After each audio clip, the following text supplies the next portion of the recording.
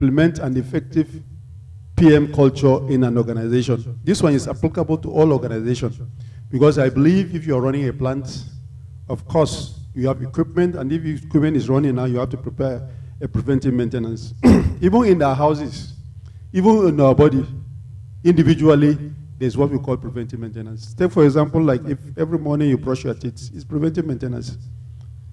Yeah, every morning you brush your teeth and other things. All those ones are preventive maintenance. And then, what is the preventive maintenance? Let's look at the real definition of this preventive maintenance. This is not working well.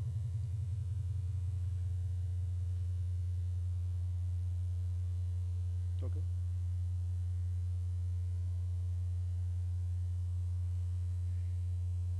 Okay, let me go back then.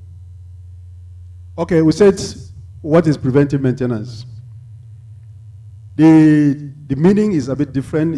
I'm taking the meaning in the different formats, and we said preventive maintenance is a series of tasks performed at a frequency dictated by the passage of time, and then the amount of production. For example, if you are based on production, you say, okay, I have to produce how many tonnage or this capacity, then you do a preventive maintenance. It could be a cycle. Yes, it could be machine hours, millage, or condition. This condition now could be, like if, for example, if you have a filter, as we discussed in the morning about filtration, of course, most of the reference point now is the differential pressure. In most cases, it's 15 psi and the rest. So once it is that 15 psi, for you to switch over to another one now is you can list the tasks that you use in this to change these filters. And all these tasks we are talking about, now there are two major functions of this preventive maintenance. The first function now is to extend the life of an asset. Because whatever you're doing now is, your purpose is to extend the life of this asset. That is an equipment. Right from manufacturing. You know, that is why you said maintenance and reliability start from the feed of any project. Because in your detailed engineering and other things, you must include preventive maintenance and reliability. Because if you are running an equipment that is very critical to your plant, and you have only one equipment, and you are running 24 hours of process, how do you expect if that equipment breaks, what happens? Which means the entire plant comes. And for you to have a reliability, at least you have 2 pumps. There are some other critical equipment, we have A, B, C equipment. And of course, all our preventive maintenance we're talking about now is to extend the life of the equipment. That is point number 2, or number 1. And then the second point now is detect that an asset has a critical wear and is going to fail or break down. The second reason for this task force or this preventive maintenance I'm talking about, because when the equipment is getting older, you have to find out, you can predict when this equipment will fail. And if you look at carefully, if you have an old car, for example, the frequency of carrying out your preventive maintenance is very high because you can be able to predict whether this equipment would last this or not. That is why the predictive maintenance comes. And in predictive maintenance, of course, you have to apply technology. Anil have discussed a lot about those 2 cases he talked about. And of course, they use the predicted now to know exactly what is the problem of this particular equipment. So we'll discuss about the predictive maintenance, which, of course, it's technology that they apply. And then the example of the second one says, a quarterly inspection shows a small leak from a pump seal. This allows you to repair it before catastrophic breakdown. So 2 functions for preventive maintenance. One is to extend the life of the equipment. Then the second one now is you can use a technology to predict when then this equipment will break down. Now, we'll look at the definition of this predictive maintenance. And we say predictive maintenance is a maintenance activity agreed to or geared to indicating where a piece of equipment is on the critical wear curve and predicting its remaining useful life. That is predictive maintenance, which this predictive maintenance now apply to the second definition of the preventive maintenance. It says you have to predict when this equipment will break down. But the first one now is to extend the life of the equipment. Then we said scientific application of proven predictive techniques increase equipment reliability and decrease the cost of unexpected failure. Increase reliability and then decrease the cost of an unexpected failure. Predictive maintenance improves reliability by detecting deterioration earlier than it could be detected by manual means. Of course, if you have your equipment and then you do vibration analysis, all the misalignment we were talking in the morning, of course your vibration analysis, you can pick it up. And then if you do your oil analysis, you will see whether the viscosity is okay, whether the moisture content is okay. All those ones are part of the second definition of the preventive maintenance we talk about, to extend or to detect the problem that may come up.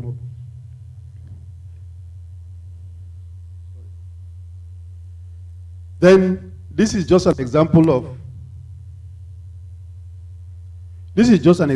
a scanner. That is infrared camera.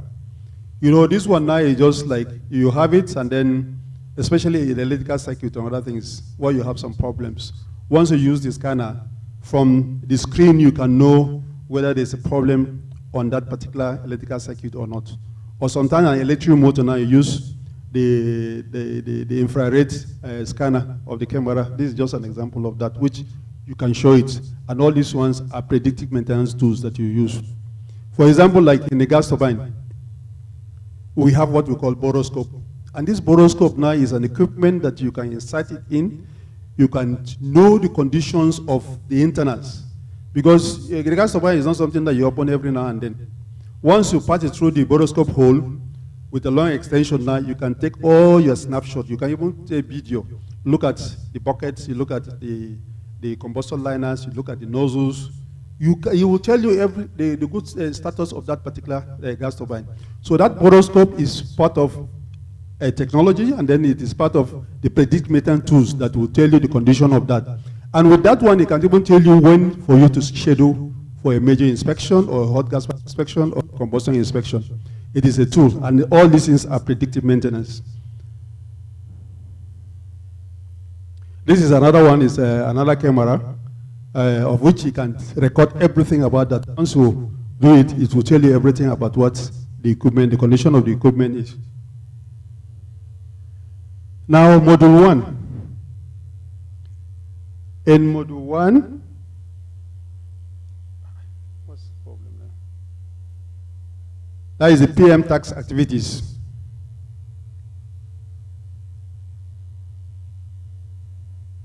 Now, in the PM tax activities, we are talking about tax development. The preventive maintenance, we say it is a series of tasks.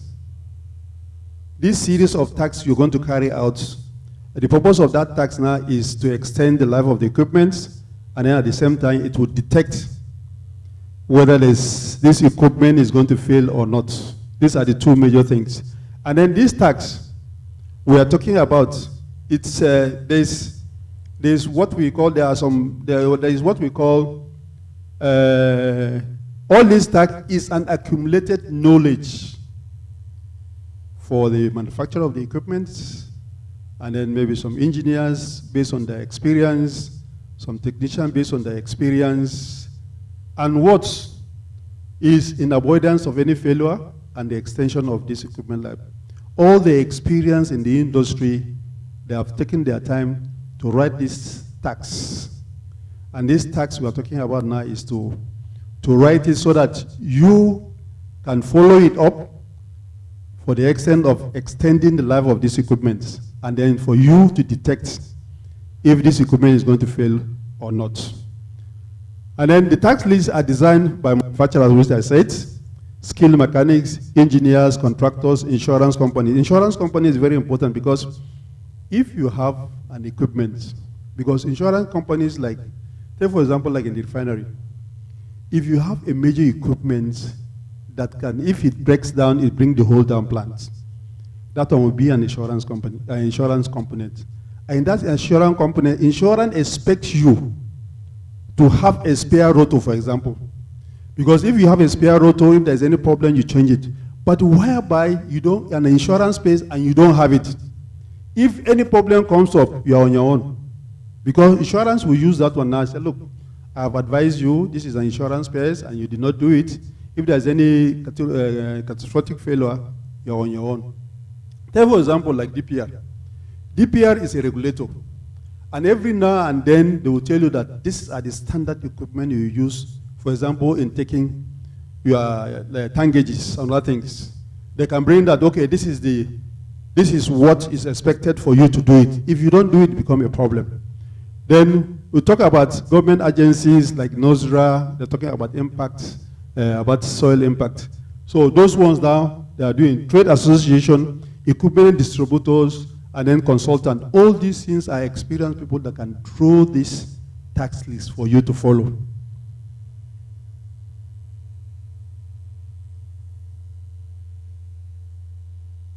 What is the problem of this? Okay, we said all tax on the PM list are what we call P3, because when we say P3, the first one is postpone, and this postpone, you're talking like you reschedule of a particular preventive maintenance tax you want to carry out. Take, for example, if you discover that there's a problem that is coming up now, you say, okay, let me just say in the next 1 month or in the next 2 months, I have to remove this pump completely and then work on it. So that is one of the P1, that is postponing a scheduling or the rescheduling of a particular activities. Then the second one now is to prevent, of course, to prevent this equipment from failure. Then the third one now is say predict. You're talking about the predictive maintenance now. You do use your equipment to find out when and what are the problems, and that one deal with data and other things for that. So in the preventive maintenance, we just use P3. The first one now is postpone, that is rescheduling. The second one is to prevent any failure. Then the third one is to predict. So preventive maintenance it consists of that predictive maintenance. Predictive maintenance now, you're using technology now to tell you and to predict when this equipment will have problems. And then this is another thermal imaging camera for predictive maintenance inspections. So you are combining preventive maintenance at the same time predictive maintenance. But in predictive maintenance, you use instruments, you use technology for inspection, and then we'll tell you what and what is. Like in the morning, Alan discovered about all the analysis about the lubrication. The analysis you use, of course, you have to use all your lab analysis on the loop oil, and then your vibration meters will tell you that, this particular equipment, there is a misalignment, there is a looseness, there is a imbalance, and there is so many things. So with that equipment now, it will tell you where this problem is coming from. And then you do the analysis, which is the predictive maintenance. And at the same time, you predict that this equipment is going to fail one way or the other, while the other one now is to extend the life of the equipment. All equipment have been designed for a particular number of years. And then once it is installed, and then you commission it, maintenance activities start from there. Because if equipment is designed for 25 years, it is a responsibility of the maintenance to make sure that you run that equipment beyond 25 years. What is a good maintenance? But if it is only 1 year, you know that there's a problem. I know there was an equipment, brand new equipment. We installed it. That was in the refinery. And if the manufacturer says that these are the instructions that you follow to commission the particular equipment, and if you don't do it, if anything happens, you're on your own. So what we did was, that particular pump is a bottom pump for one of the columns. Of course, you have to preheat this pump to a particular temperature before you can even commission it. But unfortunately, because of emergency that comes up, we were in a hurry to commission the pump. But it did not attain that particular temperature for us to start the pump. But it was in the night duty and other things, and then they just start the pump, and what happened, the pump shared into two. It shared into two, the shaft shared into two. So you can imagine the money you use in buying the pump, shipping it, clearing it, installing it at the commissioned space, it gave.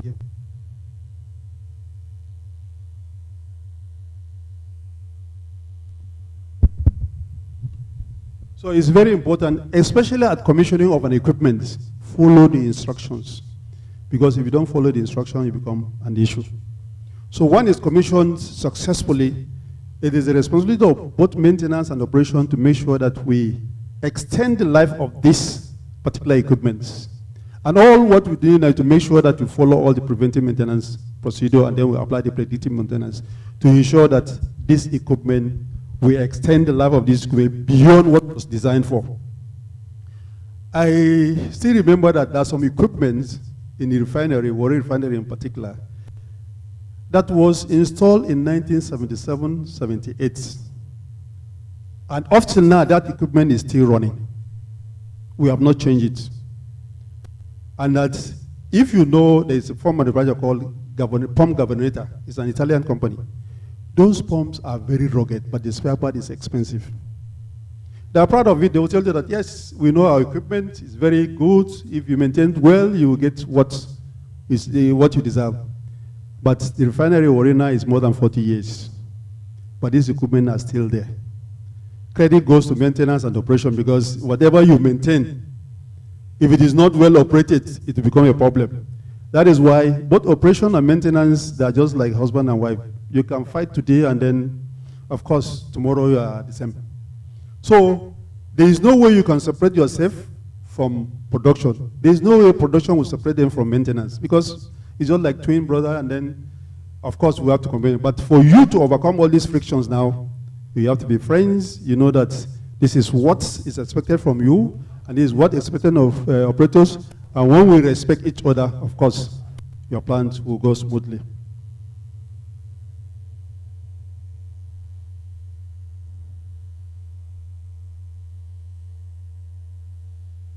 Okay, there are two functions for all PM activities. And what are these functions is to either extend the life of an asset, as I said, or to detect when the asset has begun to descend its breakdown. These are the two major functions of the preventive maintenance. Extend the life of the equipment, and then to detect when this equipment will start deteriorating to break down. And then the other one now is when the problem is detected during inspection, using your predictive maintenance tools, scanning or taking readings, that the maintenance system will respond with the corrective action. When you're using your CMSs and whatever, when they detect that there's a problem, of course they will tell you that this should be the corrective action. And when they say that this is the corrective action, what you will do now is schedule a convenient time for both operation and maintenance to shut down that particular equipment, and then for you to work on it. That is the purpose of the preventive maintenance.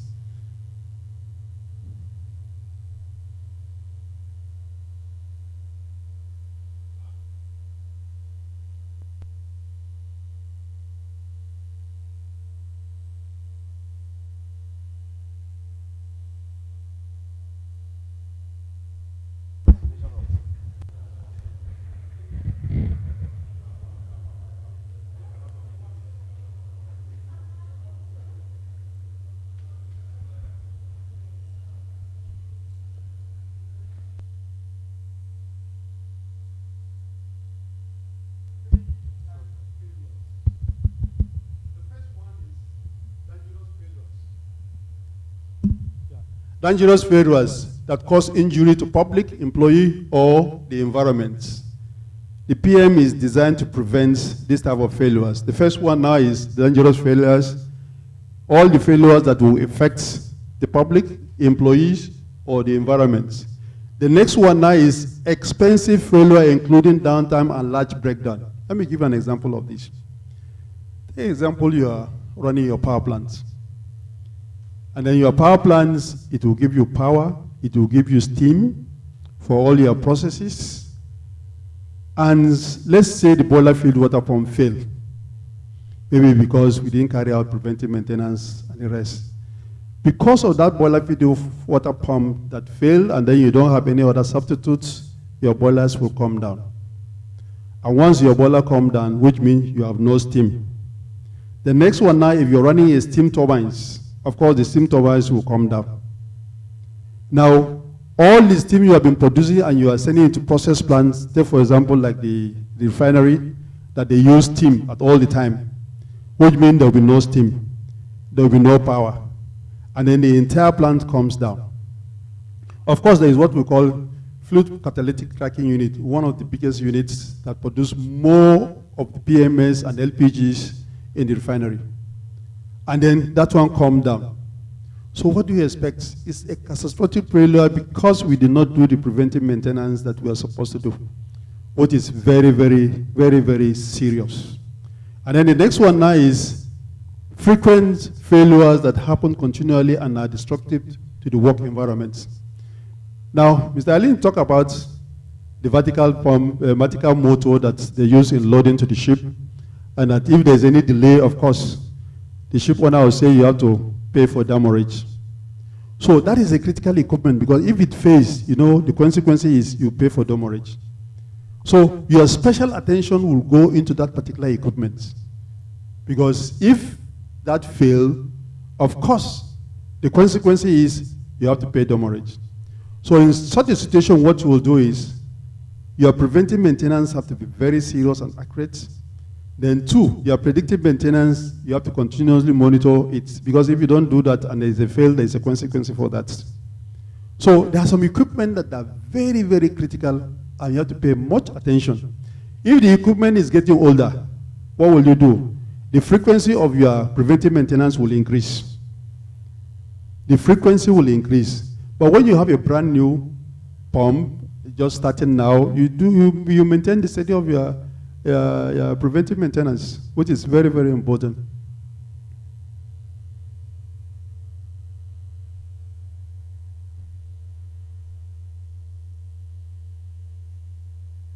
Now, for this one,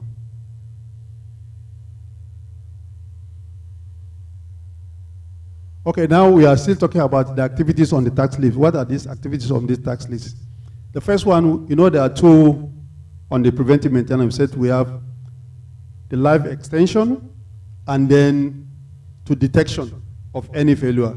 So, and I mentioned P3 in the beginning.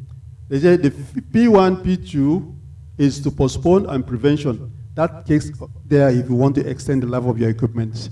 While the detection is to predict. And these are the common language that you use. Because you said clean, and then empty, tight, secured, component replacements. These component replacements replace that postpone we are talking about. Lubricate, refill, top up, perform short repair. Still belongs to the postpone. While the second part of the reason for the preventive maintenance is detection. You say you have to inspect, you have to scan, smell for, take readings, measure, take sample for analysis. That is why, well, that is what analysts talk about, analyzing the loop oil, and then the same thing, Steve, they talk about their loop oil, you do the analysis, whether it is okay or not. And then you talk about, look at spare part, you operate, and you review history. These are the two components about what preventive maintenance is all about. First is to extend the life of the equipment. Then the second one now is to detect and predict when this equipment will fail. Now these are examples, still examples of those when we talk about inspection. What does that mean about this inspection we are talking about? We said when you do inspection, what are you looking for? Look for leaks in the hydraulic, for example. Then predict, predictive maintenance, scan all electrical connections with infrared. And then cleaning, we talk about remove debris from machine, tightening anchor bolts, operate advanced heating control on modeling with machine until the heater goes off. So we still have that postponed, predict, and then what is the third one? Prevent. So still an example, if it is adjustments, when you see what adjustment, that one means that any tension, adjust any tension to the drive belts, take reading, record readings of amperage, for example. Lubrication, we say add 2 drops of oil, stitching machine, for example, schedule replacement, remove and replace pumps every 5 years, schedule overhaul, rebuilds pump every 5 years. These are just examples of those what we are talking about. And then in your equipment, you can decide to make a program for 1 year for your equipment in terms of preventive maintenance. So you can schedule or prepare your tax list together with frequencies. Take for example, W means weekly, Q quarterly, A annually, M monthly. So you can take a particular equipment and say, okay, I'm going to provide a preventive maintenance for this particular equipment for the whole year, individual equipment. And then when you set the frequency is weekly, check motor readings while in operation for excess noise or vibration. Because if you have an overall schedule for this, all what you need, the PM inspector, this is what you're supposed to do. On a weekly basis, you check motor bearings while in operation for excess noise or vibration. Then on the quarterly basis, you clean the electric motor. On the quarterly basis, you check condition of coupling between pump and motor. You know, there are so many failures due to coupling. Take for example, like you have been experiencing vibration, you checked the motor is okay, the pump is okay, but you are still getting vibration. But when you have a vibration analysis, you can detect that the problem may be the coupling. The coupling, you know, there is the membrane. Those membrane can give way, and one is give way. You can pick up your vibration from the input, that is the the drive end for the motor, and then the drive end for the pump.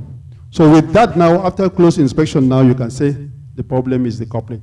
So that is why this one is saying that check condition of your coupling between pump and motor on a quarterly basis. If you have a very good preventive maintenance team, like when I was in the Warri Refinery, what I did was I have a specific dedicated preventive maintenance team. On a weekly basis, I prepare a chart that there will be the checklist for them that they will go around. First, some of them will be taking vibration, some of them will be checking physically, and then some of them will know whether there's any observations. Once they write it, we now copy the production department that, look, well, this is our observation. And then based on that, we now raise a request. If it is something that they have to stop down the pump, we agree when they're going to stop the pump. When they stop the pump, we just go and do the inspection. And then once we get it, we correct it immediately. And then lubrication of pump, lubricate pump bearings, we say it's on the quarterly basis. And then check pump bearings while in operation for excess noise or vibration. Of course, that is very important because if you are used to your motor and you're driving your motor, of course you will know if there's a change in the engine or in the noise, you will know. Because you are the driver, and every now and then you listen to your engine. If there's little change, you will know. And if there's some cracking noise, you will know. So it's the same thing with the equipment. It's just like a human being. Of course, if you know yourself very well, you can monitor yourself. When you see a sign of headache or a sign of fatigue, you know, you can tell yourself that, look, there's something wrong with me. Of course, you find that all the medical people, they have some instrument that they will check, this is your condition. But an experienced maintenance man, of course, you will know if you can check equipment condition, whether it is working right or not. Why not? You can check your own system too. Because I know when I was in Warri as a maintenance manager, you know, it's a place whereby you have pressure at all the time, stress at all the time. And I was having over 500 people working under me in the refinery with 7 deputy managers. Of course, when you're running and there's an emergency, of course, you don't know when you close because you can still be in the plant working. So what I do is, anytime I'm seeing stress coming up on myself and I'm not strong enough, I'll just ask my boss that, look, give me 2 days or 3 days. And these 2 days or 3 days, I will just go home, sleep, rest well. Because if you don't do that, I'm telling you, you will be in the clinic. One example is the one that normally deputizes me in my absence. I advise him that anytime I'm away, this work, make sure that you take care of yourself. Because if you want to impress somebody that you want to be hardworking, you will break down. And I went for 2 weeks off. When I came back, I met him in the clinic because his blood pressure was very high. It took doctors 7 days to bring it down. I advised him that, look, this work we are talking about, you have to take care of yourself. Because if you follow pressure, your guy will pressurize you, but it is only when you are alive then you can walk. So what I'm saying now is, if you are in that kind of situation, your body is very important. Monitor yourself very well. As you are monitoring the equipment, you monitor your own self too. Because if not, you will be in the clinic, and then if your phone fails and then you destroy the pump, they can replace it, but they cannot replace you. Because once you are off, you are off. No more coming back, and then there is no spare part. So it's very important. Now, still part of the weekly, the frequencies, check pump seal for leakage, check all piping valves for leakage, check condition of suction and discharge line, check and record readings on temperature gauges, and then check condition of insulation. Those readings that you are checking is very important because when you are doing analysis, you need raw data to do all your analysis. The same thing, check condition of electrical wires and connections, check and verify safety control of the equipment, check condition of pent, secure loose guards, and then access panel. Then check operation of the unit. These are very, very important for you to look at it. And then in preventive maintenance, when you are issuing out a work order to the preventive maintenance team, there are some special instructions that you need to attach. And then there are some tools you need to attach. And then the list of the tasks, because this is very important, because if you ask somebody to go and do preventive maintenance, of course, there is a way maintenance and production work. They can sign in for the PM to go and do the work. Of course, the maintenance man will just go to the workshop, relax. At the end of the day, you come back and sign him off without really doing the preventive maintenance. So it's very important. But if you make it and then give an instruction that these are the things you are going to do, it is your responsibility to monitor that person whether he's really doing it or not. Because if there is a failure in the particular equipment, when you start investigating to find out what was responsible, at the end of the day, you find that the preventive maintenance are not even doing it. And then if there are a lot of problems within maintenance and production, it's normal now. You know, there are two languages that nobody wants to hear that. When the production will tell you that you have abandoned your work, you are not doing it. And then the maintenance man will tell you that, you will tell the production man you carry out maloperation. So maloperation, no production man wants to hear that. Abandoning of work, no maintenance man wants to hear that. But what can we do? We have to work together. Now, for this one is particular for a centrifugal pump. When you are giving out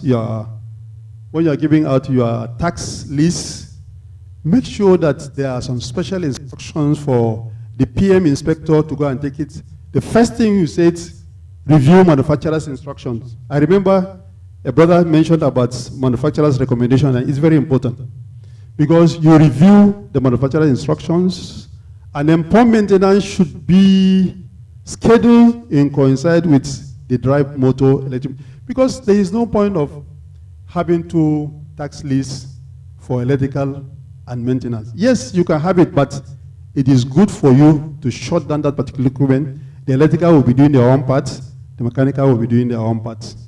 Because if you shut down the pump, and then after 1 week, you shut down another one again, it may not be good for production. Production man will not agree.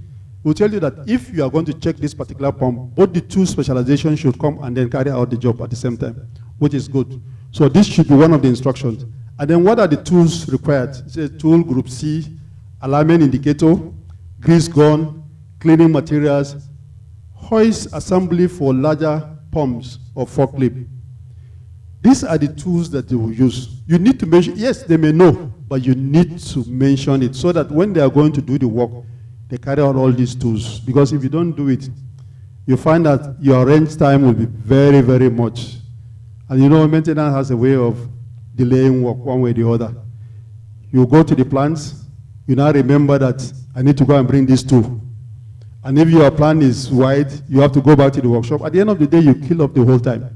But if this instruction is given at the beginning, when you are going for work, make sure that you have all these tools available. This alignment indicator is very important. Very, very important, because if you work on the pump, you do all your preventive maintenance, you need to check the alignment.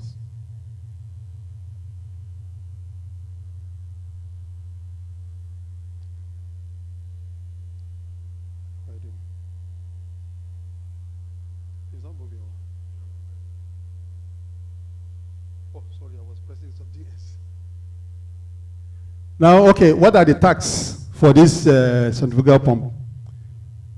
These are the tags that you follow it one by one. That is, check the base bolts and squarely fasten. Okay, the foundation bolt, you have to be sure that, yes, it is tightening. Because if the foundation is not tightening, and then you are running that equipment, you carry out your vibration, they will tell you there is looseness. And there is looseness. Looseness will come from where? From the foundation bolt. Now, after shutdown, drain the pump housing, check suction, and then discharge valves for holding. This discharge valve is very important, because if it is passing, it will be very difficult for you to isolate positively. So all these valves, the suction and discharge valve on the particular pump, you make sure that it can hold, it can isolate positively. And then remove covers, gland, and packing. Yes, remove corrosion from the impeller, shaft, and housing. You know, when you remove the pump, mostly are overhang pumps. And once you remove it, you discover that there's some deposit, depending on the product that they're pumping. There will be some deposit on the impeller. And then once you have some deposit on the impeller, it causes imbalance. Because when you run, when you're running on the pump, and you discover that you are getting high vibration. And when you analyze this, there is an imbalance.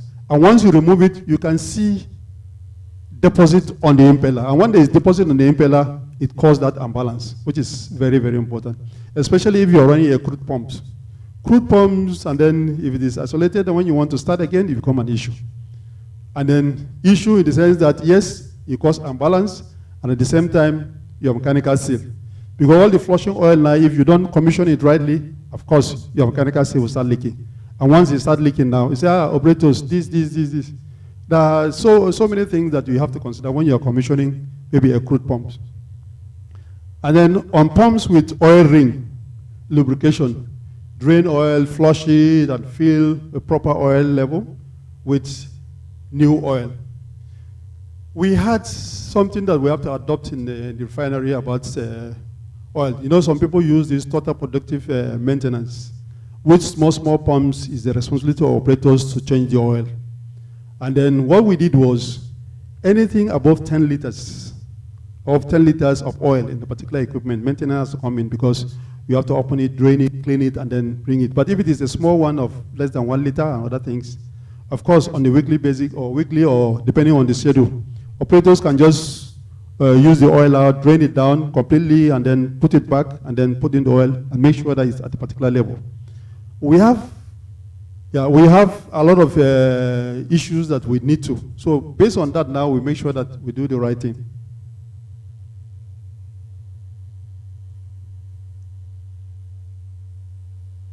Okay, these are, and then, you know, I mentioned about alignments. For you, you have to make sure that these are the range of the alignments. After you have finished the work, make sure that there's alignment, and these are the readings for the alignment.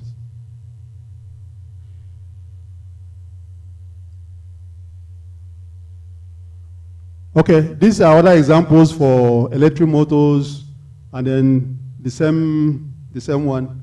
You have the same pattern, tags.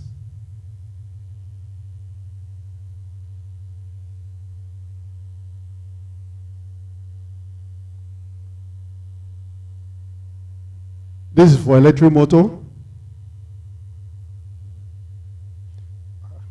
What is the problem?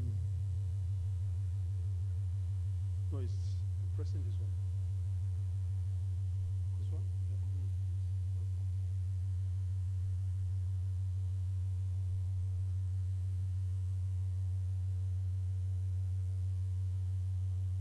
Okay, this one is safety valve. Pressure safety valves. Of course, you have to prepare a schedule for pressure safety valves, especially in the steam plants. So you have to inspect all the support brackets, and then the discharge line, clean up the valve, You're testing from the lever to make sure that the safety valves are okay. So we have all the instructions on the safety valve. And then the next one now is motor control center. The motor control center, you know, have a whole panel. Of course, the electrical people will make sure that they'll check them one by one to make sure that, yes, everything is in order. You look at from the bus bar down to all the breakers and other things, you check that everything is okay. And then before you go, you have all the equipment that is required, all the speedometer, the bridge, and other things. All this equipment that is required for you, these tools that is required for you to check, you do that.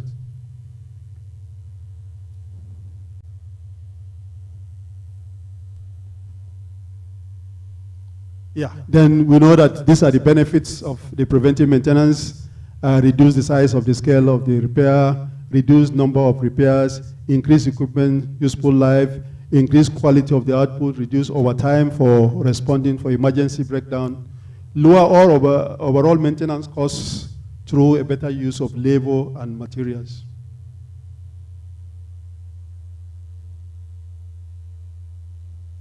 Okay, the next one now is, how do we make this thing effective? How do we make it effective and efficient?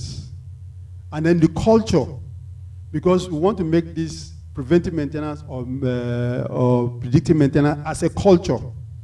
And then we want to make it as effective and then efficient. And we said, okay, maintenance culture define the values, way of thinking, behavior, and perception. Because when we're making things as a culture, you must bear this one in mind.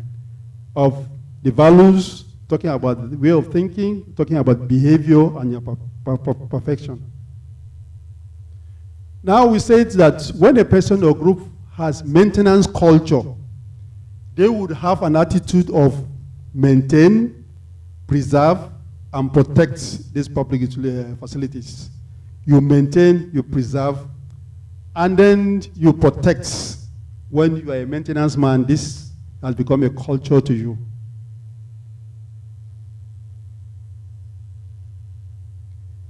Then the attitude. The attitude in question is towards the maintenance work, which is embedded in each individual group. Your attitude, you are talking about the maintenance work. Because the attitude is to preserve, to prevent, which is a key.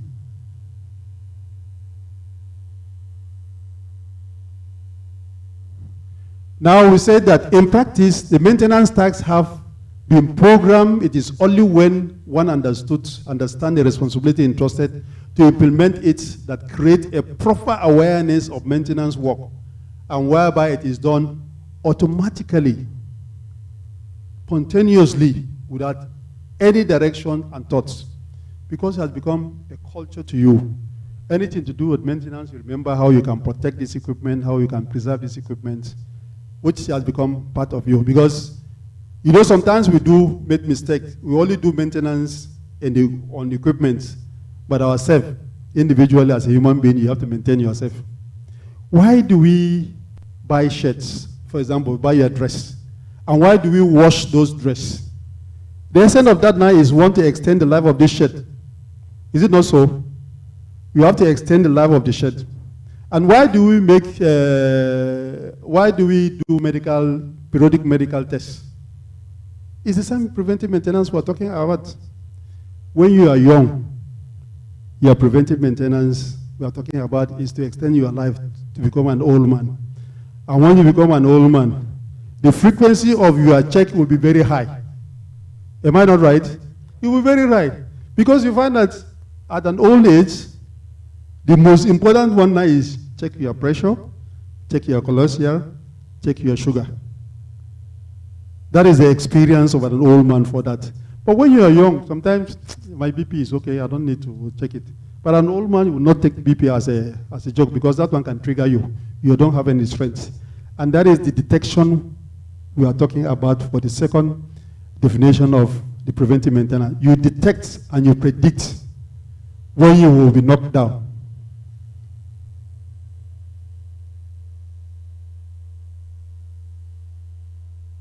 I think I'm pressing the wrong. Now, okay, these are the attributes of the PM inspector. What are the attributes? The PM inspector can work alone without close supervision, which means he must be reliable and self-motivated. Because if you take it as a culture, it is your passion, you like your job, you must be reliable and self-motivated.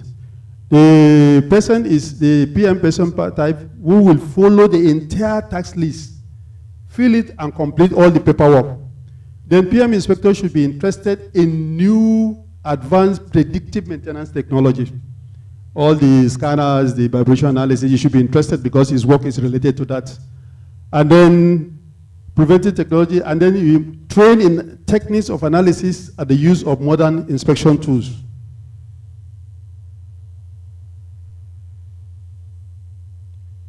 Then, of course, PM inspection should review the unit history in CMS and the class history to see specific problems for that unit and for that class.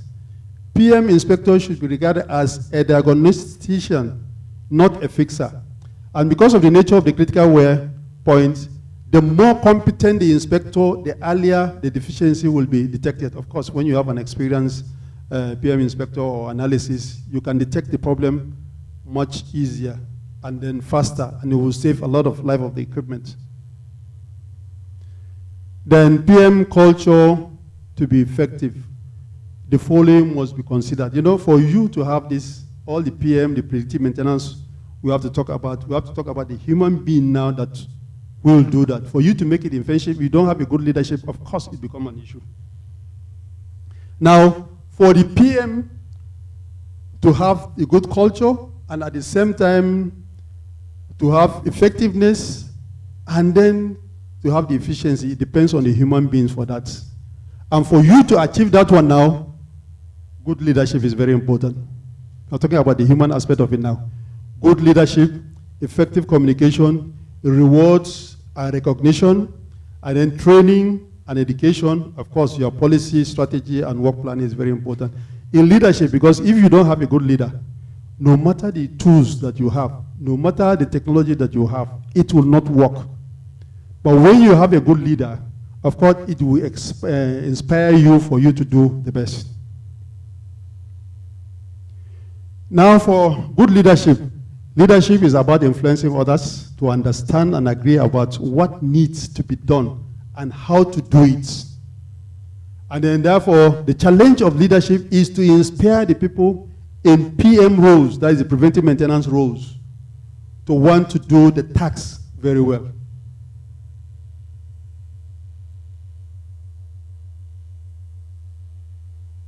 Now, in communication, which is very important, communication is the transfer of information from one person to another that involves the exchange of facts, ideas, suggestions, and emotions with two or more people. Communication plays an important role which involves delivering information on PM work practice to all members of the organization so that the importance of PM is understood by every individual in the organization. We are making it as a culture, and if it is very effective, you find that things will change in your organization.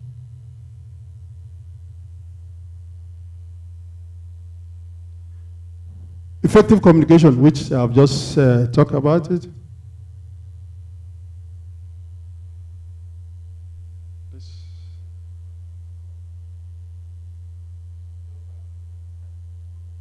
Okay.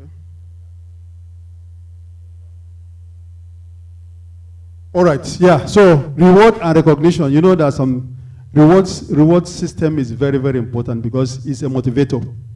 It can motivate people to do work very well.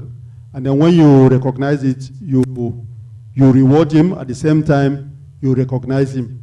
Recognition is defined as some sort of public acknowledgement for a superior performance on quality activities. And then rewards are benefits such as salary increase, bonus, and the promotions due to individual performance. This is very important in the system. If you want your PM culture to be effective, and then to be efficient, of course, the people who are doing the work, they need to be rewarded. Anytime they do a good job, of course, you have to appreciate them, and that is another source of motivation.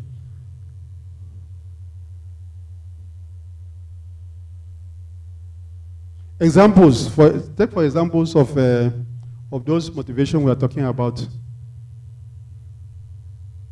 Now, examples just like bike caps, T-shirts, or special awards, hats, and feature of the PM logo. When off time is good, make it a practice to send letters of commendation, and then install a display case in the public areas, and then have a display of PM accomplishment. It could be anywhere. You find that Nigerian marketers, when they are marketing a particular brand, you see them on the street with their logo and everything, advertising it because they want to get more one. So the same thing applies to PM, because if you want to make a preventive maintenance in your organization as a culture, you must do all these things.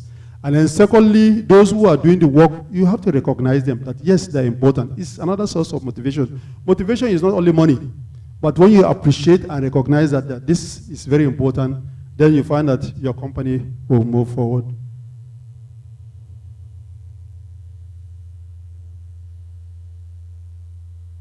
Now, the other one now is training and education. Training is the development of attitudes, knowledge, and specialized skills required by the employee to perform their duties properly.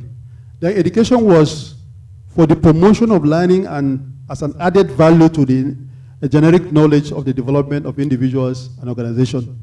Make absolutely sure that the PM people are fully trained and certified as PM professionals.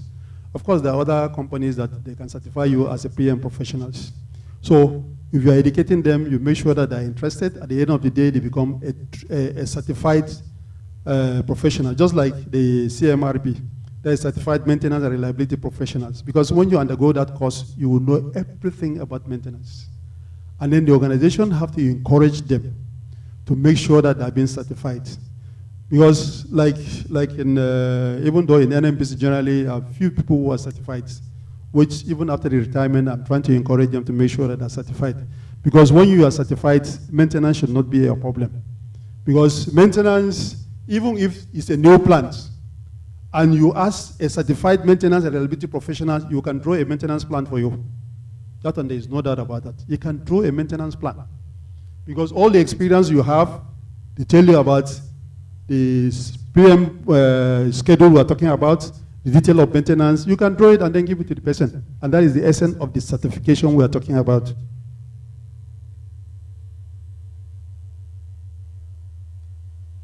And certification is very, very, very, very important. We talk about policy, system, strategy, and work planning. The policy and strategies that are comprising of the mission statements and slogan must be used to promote communication media, for example, poster, exhibitions, and other internet to every member in the organization. You know, the period of each, I'm sure each company has a mission statement. They have their vision, they have a mission statement. Likewise, in the refinery, you find that the refinery itself has its own mission statement and vision. The individual departments have their own vision and mission. I know that of maintenance of Warri Refinery, we want to become an excellence and maintenance company in West Africa. I don't know whether they have changed it or now. And of course, when you have that vision, that is why we say maintenance is the business. It's not what we see, it's the business. And if you have a business, you must have your mission, you must have your statements, and you follow it. Of course, with that, you will achieve. And then a person's behavior depends on the objectives needed to be achieved. If the policy system are understood, each individual will be more motivated to carry out and maintain this asset. I'm almost through. Now, the summary of this, to summarize all the what I've said, we said PM, that is preventive maintenance, is a series of tasks that either extend the life of an asset or predict that an asset has critical wear and is going to fail or break down. That is the definition of preventive maintenance we talk about. And we mentioned that all PM task lists items are designed to perform what? Extend the life of an asset, detects when the asset has begun to descend into breakdown. And then when problems are detected from the PM inspection, the system will respond with a corrective action. Now we said PM tax are designed to prevent 3 types of failures, which I mentioned it: dangerous failure that will have injury to employees and the rest, expensive failure that will bring out downtime and then the whole plan will come down, and then a frequent failure. Then all PM tax lists should have an instruction. When you're preparing your PM tax list of each equipment, must have an instruction. You have to appoint it with the tools and materials to be used during the tax. And for each equipment, then remember that great attribute of a PM inspector. He has to be reliable, he can work alone, and then he's good in analyzing data and the rest, and you must be interested in new, modern, advanced preventive maintenance tools. Then to implement the effective PM and efficiency of the PM culture in the organization, of course, you require a good leadership, effective communication, you have to reward and recognize them, and then you have to train them in an education, and then you must have a good policy.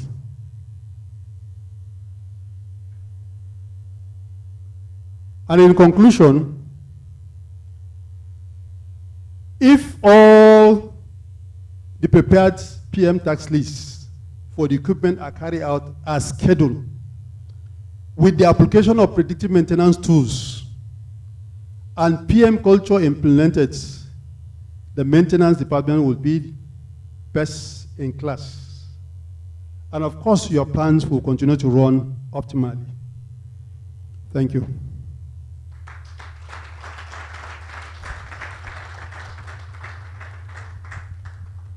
I think that is what you get when you have over 30 years of experience in the industry. And anytime Mr. Joel speaks, it is important that we don't like cutting him short so that we don't limit what he pours out. Mr. Joel, thank you very much for that incredible presentation. Thank you. Are we getting value for our time? I can't hear you. Fantastic. Questions, please. Let's take 2. We're going to have time, some additional time during the panel session for more Q&A. So I see 1, 2. Okay. I'll start with you, sir. My name is Moses Olashebikan, and I'm a regional machinery advisor for ExxonMobil. Mr. Joel, thank you very much. We appreciate the beautiful presentation, very helpful. But based on your wealth of experience and knowledge, and talking about reliability vision, it may be a very big opportunity if you can really share with us some of those specific reliability challenges in our refineries.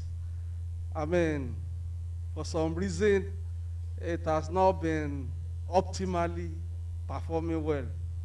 So if there are some things that we can really learn from you and we can take back to our own individual organization that can really help our reliability vision and make sure that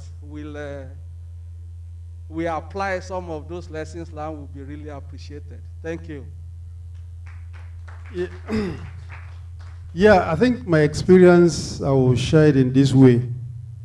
Because, generally the general impression we have about maintenance, we always make reference to the outside mechanic. Because most industry, they don't value maintenance. But they have forgotten that with all your design, you do spend time in doing your analysis, manufacturing this equipment, and then you bring it and install.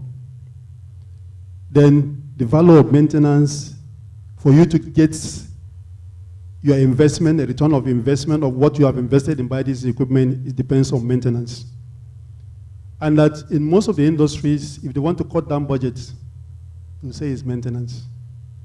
So all what we need is, from your own industry, you have to make a serious awareness campaign for both your manager up, your peer group, your subordinates, to know the importance of maintenance.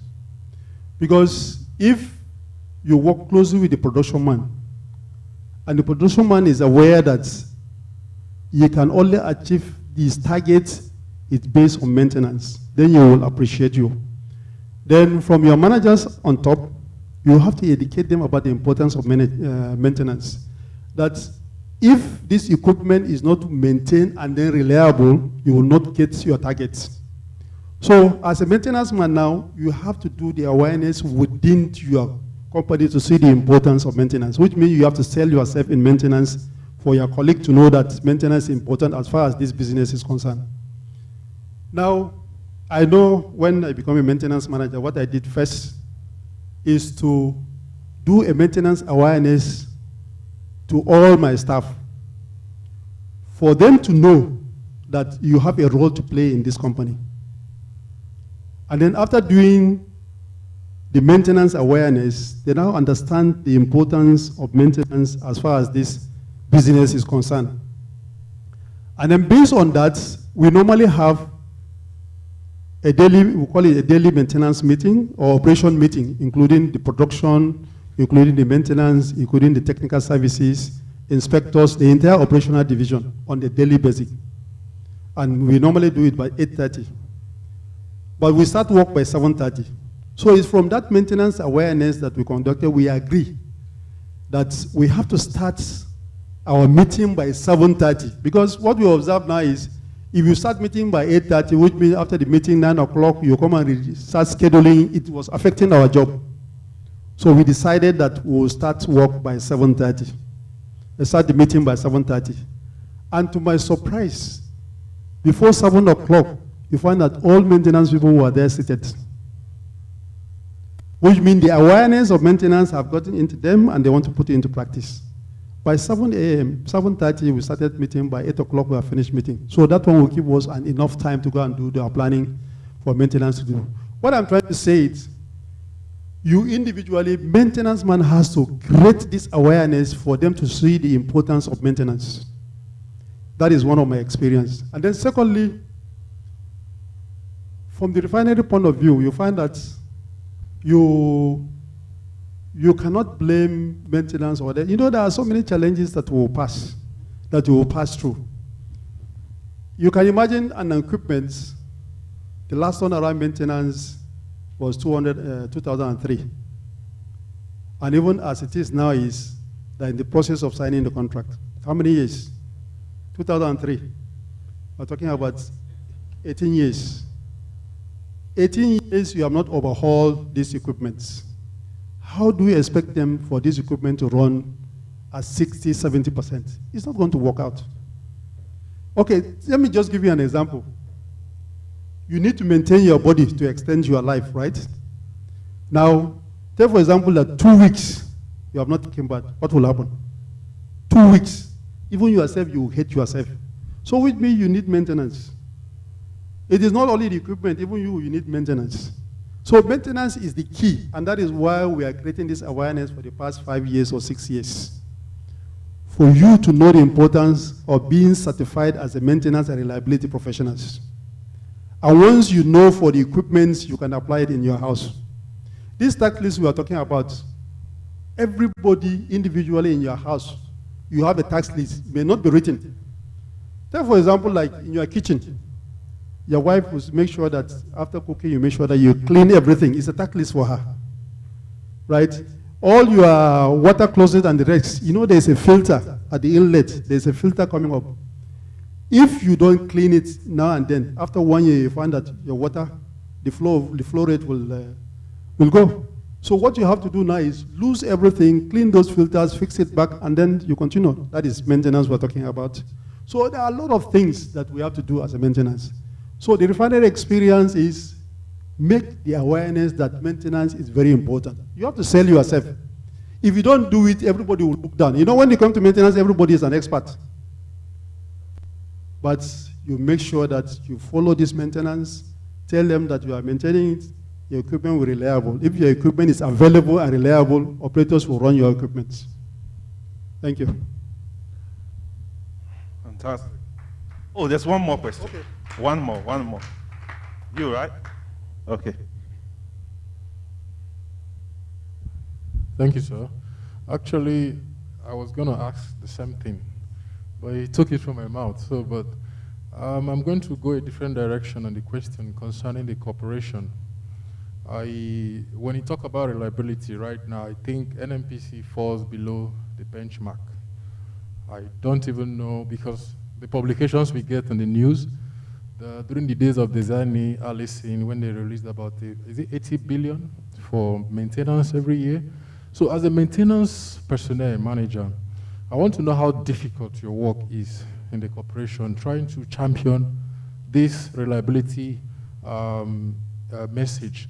Because I know there are bureaucracies. Imagine you are a maintenance manager, you have all your plans and tasks set for the corporation to adopt, and nothing seems to be happening. So from this angle, we could be talking about it. Mobile could be optimally operating because they understand it, Shell, Total. But when it comes to NNPC, maybe your challenges could teach us. You know, in some of our organizations where there are a lot of bureaucracies, we could learn from you. But how difficult is your work to champion this cause in a corporation like NNPC? Thank you. I'm not a politician. I didn't want to go on politics. Yes, I agree with you. There are a lot of challenges because from my experience, you know, Warri Refinery, when it was running, it was more or less like the best among the 3 refineries. Because Warri Refinery was running up to August 2019. And I retired July 2019. So I retired, I left the plant running.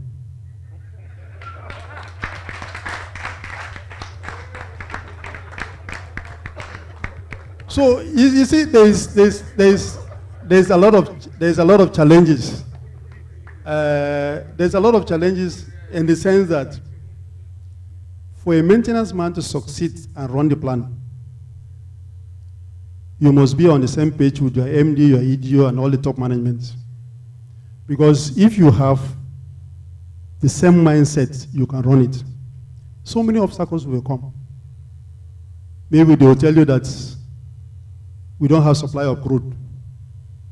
For example, if the line is vandalized, if there is vandalism on the line, from Escravos to Warri, of course, even if you're running your plant and there is no crude, you must shut down. Then, secondly, if your plant is running and then there is no effective evacuation of the product you have, your tanks will overfill, and what will happen? You have to shut down. So there's a lot of challenges apart from spare parts problems and the rest. They are there. But within that period, before I left, we know we had a lot of challenges that we have to improvise to make sure that the place is run. Because if you understand the business, if refinery is shut down, you know that the common man on the street will feel it. Because you need PMS, you need kero for cooking, you need LPG gas for that because the refinery produces LPG. But if this one is not there, of course it's going to be a problem. From my experience, if the refinery is running and then we are loading, the crime rates in Warri would come down. But when it is not running, the crime rate will go up. Why? Because when it's running and it's loading, people will go out from one place to other. You can get some small fuel, sell it, and then you will maintain himself because the attention will be at the depot. But whereby it's not running, no activities. Of course, people like, especially this, we're entering December now, people will be looking for money to enjoy their Christmas. And that is why you are kidnapping and the rest will come. Because if you kidnap now, we are talking about millions. I know of a friend, a close friend that he was kidnapped, that was 2018. At the end of the day, we end up paying 5 million as of that time. And it was towards this Christmas period. So what I'm trying to say now is there's a lot of challenges if you are a maintenance manager on the refineries. Because you don't know when you will start work. You know when you start work, but you don't know when you will close. Because if you want to close by 5 o'clock, for example, at that 5 o'clock, one equipment will trip. Of course, you can't leave it. You have to go back and start work. And in starting work, you find that you will slip over because you don't know when you're going to do it. Or when you start work now, it starts raining. And you know, Warri rain is not like other rain. You know when to start, but you don't know when it will stop. Of course, you have to work. So there are a lot of challenges and other things, but if you have a mindset that you're a maintenance man, you must, any obstacles that come, you will cross it. But ensure that the plant continue to run. And if the plants continue to run, even if they don't clap for you, no problem. But you know that you are serving your country. And one day, somebody will bless you or God will bless you. Thank you. A round of applause for him. There's a difference between what you read in the newspapers and what actually happens in the... Okay, thank you, Mr. Joel. I appreciate it. You know, Mr. Joel has been with us since 2015, when we started. I didn't know him in person then. We just started with this big dream of making this whole stuff happen. And what eventually happened was, there was a day I sent out a newsletter. I had gotten some contact and I sent out a newsletter. And he reached out to me and said, hey, I've been looking forward to something like this. And that's how he started supporting us since 2015 to date. And when I mean support, it's not just verbal support. There are multiple times that his hands have also gone into his pocket to make events like this happen. So, even though he's retired, he's not what? Tired. And that's why I know how many times he was prompting me, Jonathan, send me this. Jonathan, he has been working on this presentation for a long time, maintaining himself. So, another round of applause for him, please. If you have the commitment to see things work, they would what? Work. Okay? They would work. So, without much ado, I think we're almost done. We have one more presentation, then we'll go to the Q&A, and then we'll be done for today. Or do you want us to add one more day?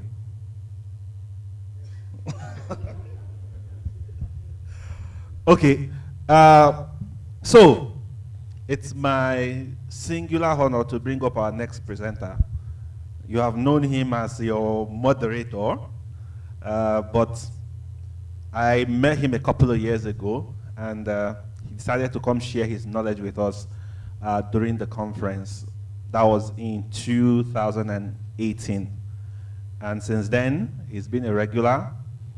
He's a certified maintenance and reliability professional.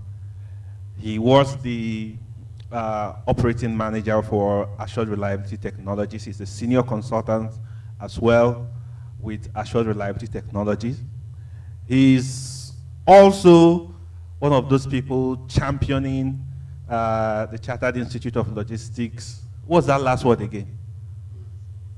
Logistics what? I don't know whether it's professionals or what I'll call them. Okay, logistics and transport, right? And all the way from Accra, Ghana, he's here to take us on supply chain reliability. Let's put our hands together as we welcome Mr. Nlaliban, please. Thank you very much, Jonathan. So I'm actually very excited to be here yesterday, today, and the subsequent years that will be coming up, because I am one person who loves to learn new things. So what I'm going to share is not definite. There's a lot of perspective to it. Supply chain is actually very, very broad, and it covers quite a number of things. So even as we engage, feel free to share your thoughts as and when it comes up. So my name is Nlaliban Wujanji. I am Ghanaian, and I'm going to be speaking on the topic delivering reliability in supply chains. Okay. So, first of all, I would want to give a brief background or introduction to myself so that we just get to know who is speaking.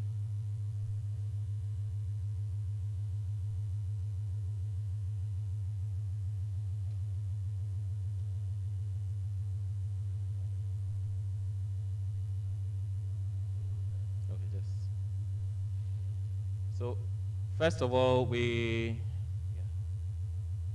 Okay. So our main objectives, I'll tell you a little bit about myself.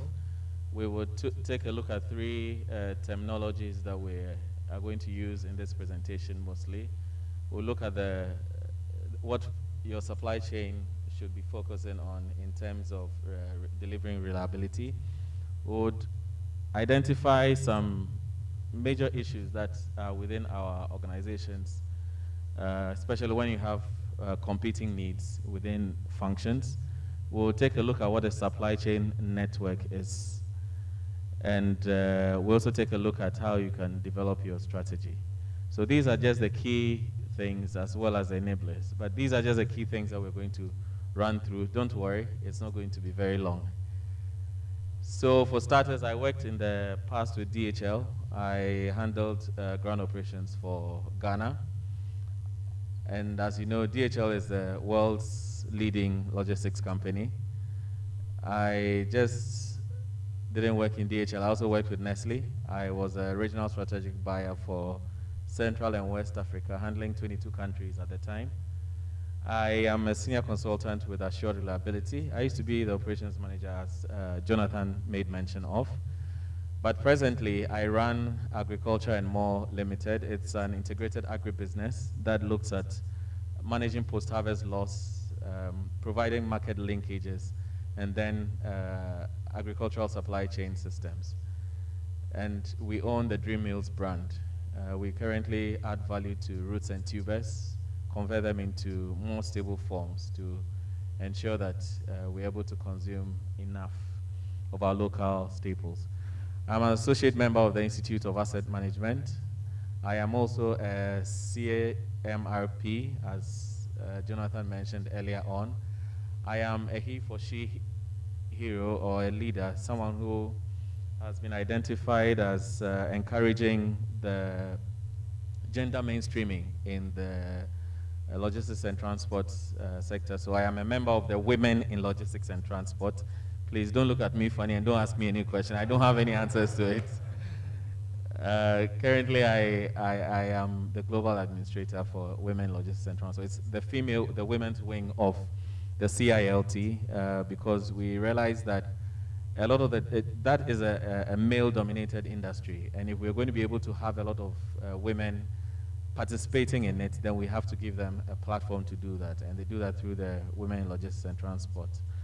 I am currently the executive secretary for CILT in Ghana, and I am also the chairperson for the Next Generation. That's more or less like the youthful group for Africa. So that's just a bit about me by way of an introduction. So I'd like to first of all pick your thoughts on what you think supply chain is, what you think reliability is, and what supply chain reliability is. So what I'm going to do, I'm just going to walk up to you, just tell me what you think, and then we continue the presentation. Don't worry, everything is not going to be technical stuff. It's going to be as simple as possible, in the simplest language possible. So please, when I walk to you, please harden not your heart. It's not intended to embarrass anyone, but just to pick your thoughts on it, okay? Please, you can be a bit flexible. Just, you don't want to try. Anyone want to try what supply chain is? Johan? Okay, in the spirit of trials, I'm Toyin, ExxonMobil. I work as reliability analysis engineer. I think supply chain has to do with how you get your, whether raw materials or products, or just move materials from one place to another, and it's like the whole length, whether from where you source it to those who need it, including going through where it's transformed. So just the whole supply chain. Reliability, I mean, we've been talking about reliability since yesterday. I'll skip that and just talk about supply chain reliability. So supply chain reliability to me sounds like whether I can always trust my supply chain to deliver the items I need, especially as it concerns my plant, asset reliability. Thank you very much. It's interesting because as he was speaking, people were just nodding their head, but nobody initially wanted to put out their hand. Yes, that's the last one. Okay, I'm Henry Agboge from Energia Limited. To me, supply chain is just the series of activities involved from, let me take like company like Nestle, for example, from the farm to the market, all the activities involved in producing the goods from the market where they source the raw material to where they store the raw material, they process it in the production floor, they take it to the warehouse and export it to the consumer till it gets to the market. That is the supply chain. Thank you. Thank you very much. How different is that from logistics?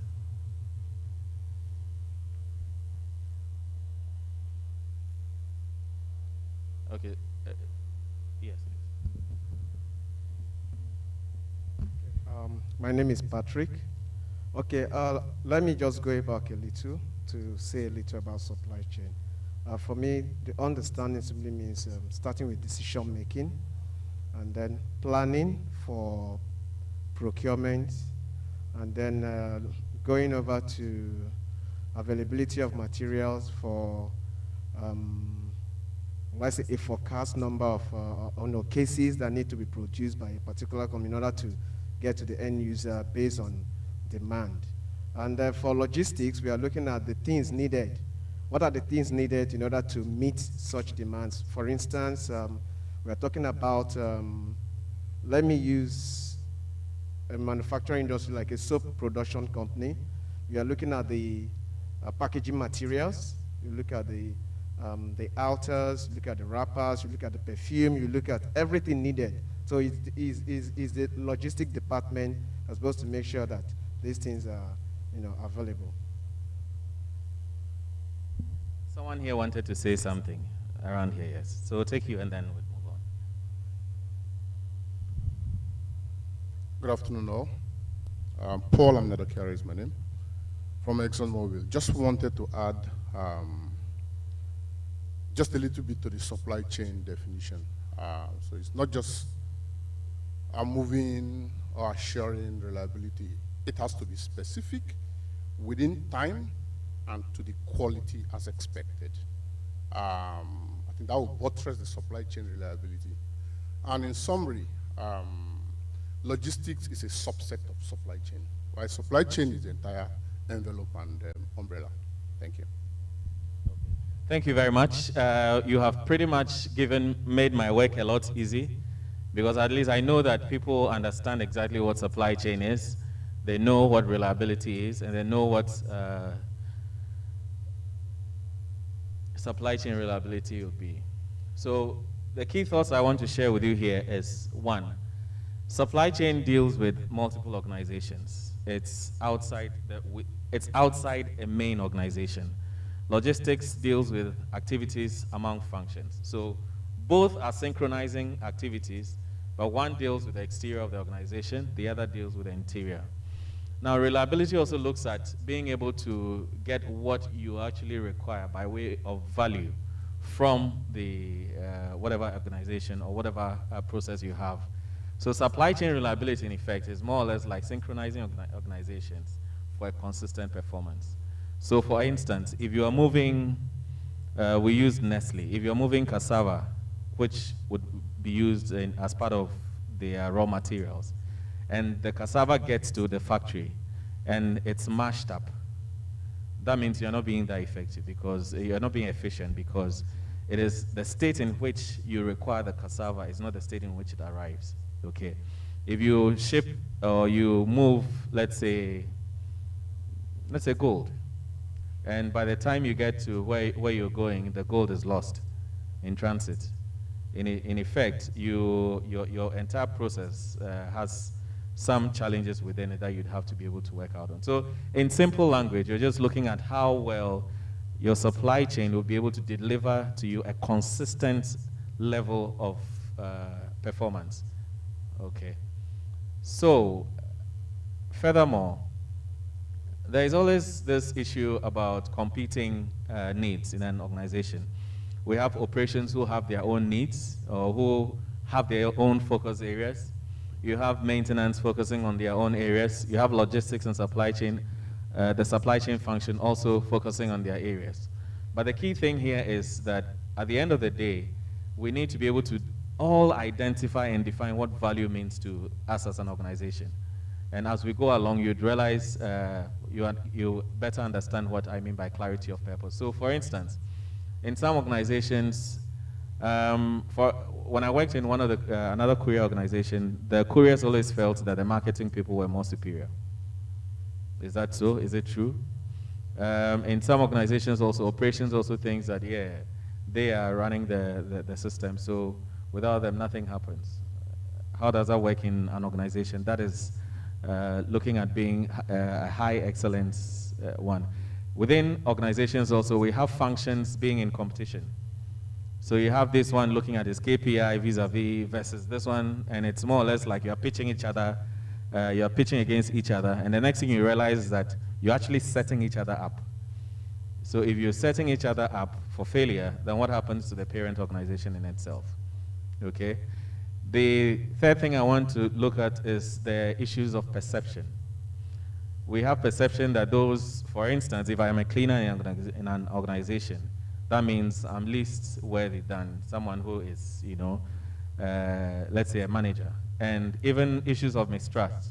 So if something should get lost here right now, just by virtue of the fact that I am a junior staff, I am more likely to be punished for it, when in actual fact the senior person who could have been the one taking it up. So these are some of the challenges we have. Now, another key area of interest is the conflicting performance indicators. Supply chain, what is one of your very key KPIs you'd measure? Can you help me with it? Yeah. Primarily, will be adding value to the system, and then one of which would be from cost perspective. So supply chain will be looking at how they can reduce the cost. And if they are reducing cost, you're looking at your inventory levels, right? Okay, maintenance. Any maintenance person here? Okay, so let's hear you. What will be one of your key KPIs? Possibly, you know, PM compliance or completion. Let me just go with the last speaker. Completion of your PM. If you're going to be able to complete your PMs as and when it is required, then in that case, he has to make sure that you always have your spare parts in stock, right? Which ones would you prefer to keep? All your consumables are, what, very urgent. And he would not want to keep that. But the question, one of the things we've also realized is that a lot of the time we don't have the various functions coming together to have an understanding as to what exactly the way is. And that's mainly because a lot of us do not have very good communication. And then also, a lot of our functions do not have policies or strategies. If you are in a department and you do not know what your strategy is, you do not know what your policy is for your department, please, from here, just go back straight, go and look for the document, study it. An example, if you're going to refurbish, what is your organization's policy or stand on refurbishment? Anyone here know?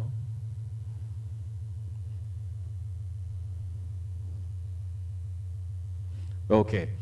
If you want to measure rework, okay, you know what rework is, right?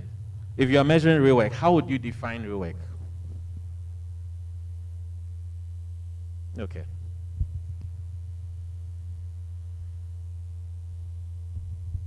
Good afternoon, everybody. My name is Aboromate Hilary from Nestle. I happen to be the reliability supervisor. Rework is any of your product that doesn't meet first-time quality. It doesn't meet first-time quality. So, for instance, if I had something worked on today, and it breaks down in the next 3 months, would that be rework? It will be rework. Why? it will be reworked because you have a time that the machine is supposed to work before you go for the next maintenance. Exactly. So because you have a clear definition as to what exactly rework is, you are able to tell that it shouldn't break down within 3 months. What if you don't know? Or what if you do not have a clear policy to indicate that? How, in that case, would you measure rework? So those are some of the key things that within organizations we sometimes have a challenge with. So it makes our work a bit difficult going forward. So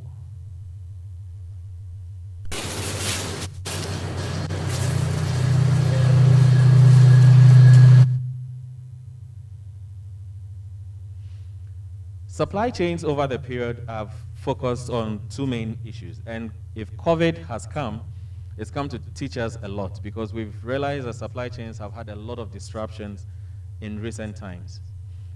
The very first one, I never knew that toilet roll or tissue could make headlines until COVID happened. True or false? I never knew that. For some of us, toilet roll is not even an issue, you know. But thanks to COVID, it actually made headlines, because at a point in time, you get to the supermarkets, you get to the shops, you get to the retail outlets, and there are no toilet rolls. So COVID actually came in as a test and has given us a lot of exposure to a lot of the things that hitherto we thought we were doing right. And one of the things I have always believed is that we usually do not tend to measure certain things until we have had a certain level of experience with them.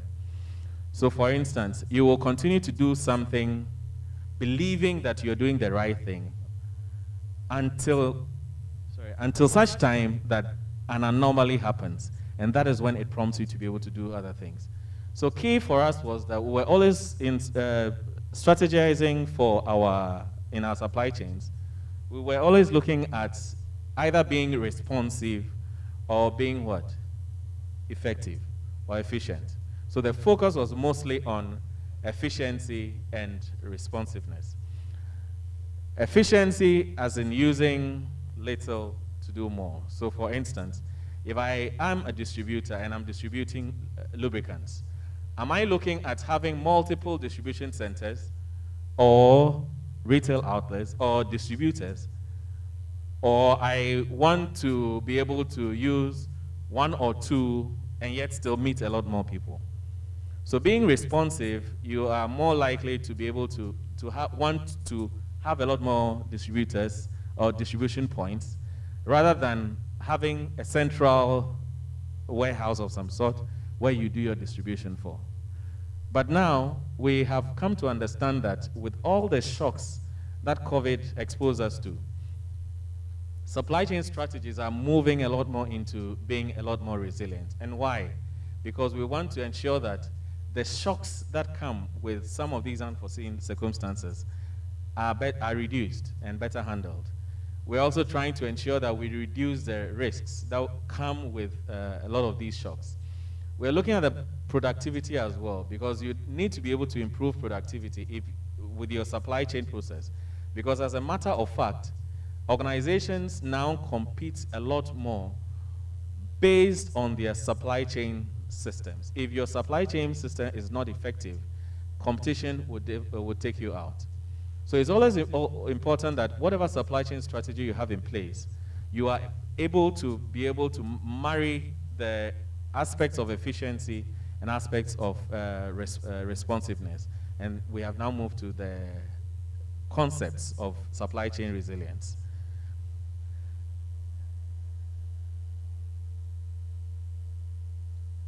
Now, like my brother mentioned earlier on, when you look at this diagram, supply chains would usually have the focal organization. The focal organization can be, let's say, a manufacturing plant.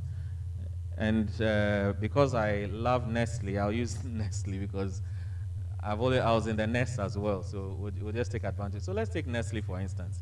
if we are going to produce, let's say, Nestle Cerelac, no, I like Golden Morn.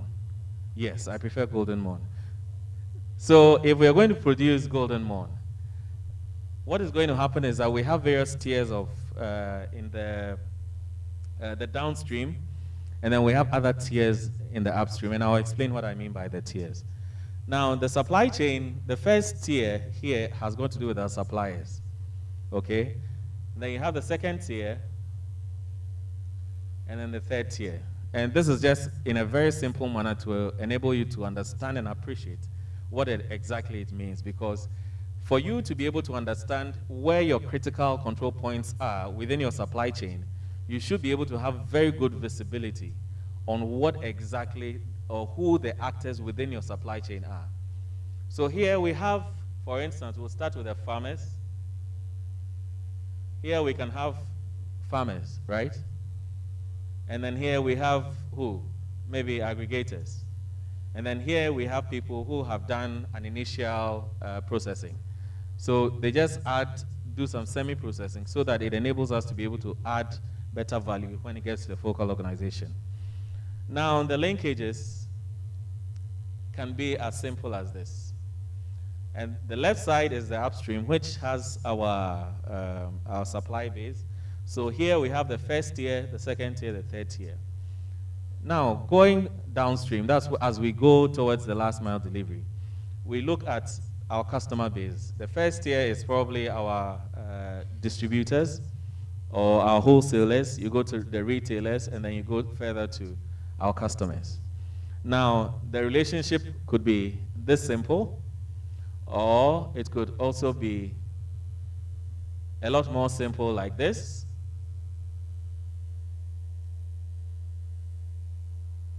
You know, you see it's getting a lot more simpler based on the relationships.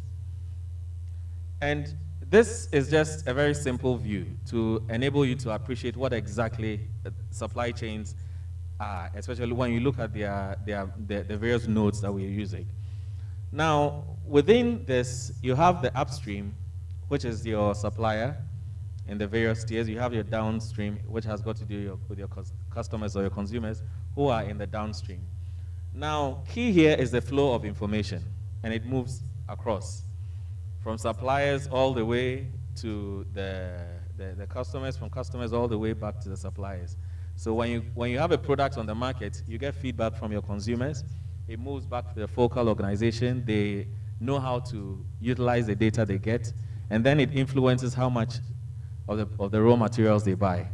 Based on that, based on what the consumers want, okay, the focal organization is able to say, okay, you know what, the tastes and preference of the consumers is changing.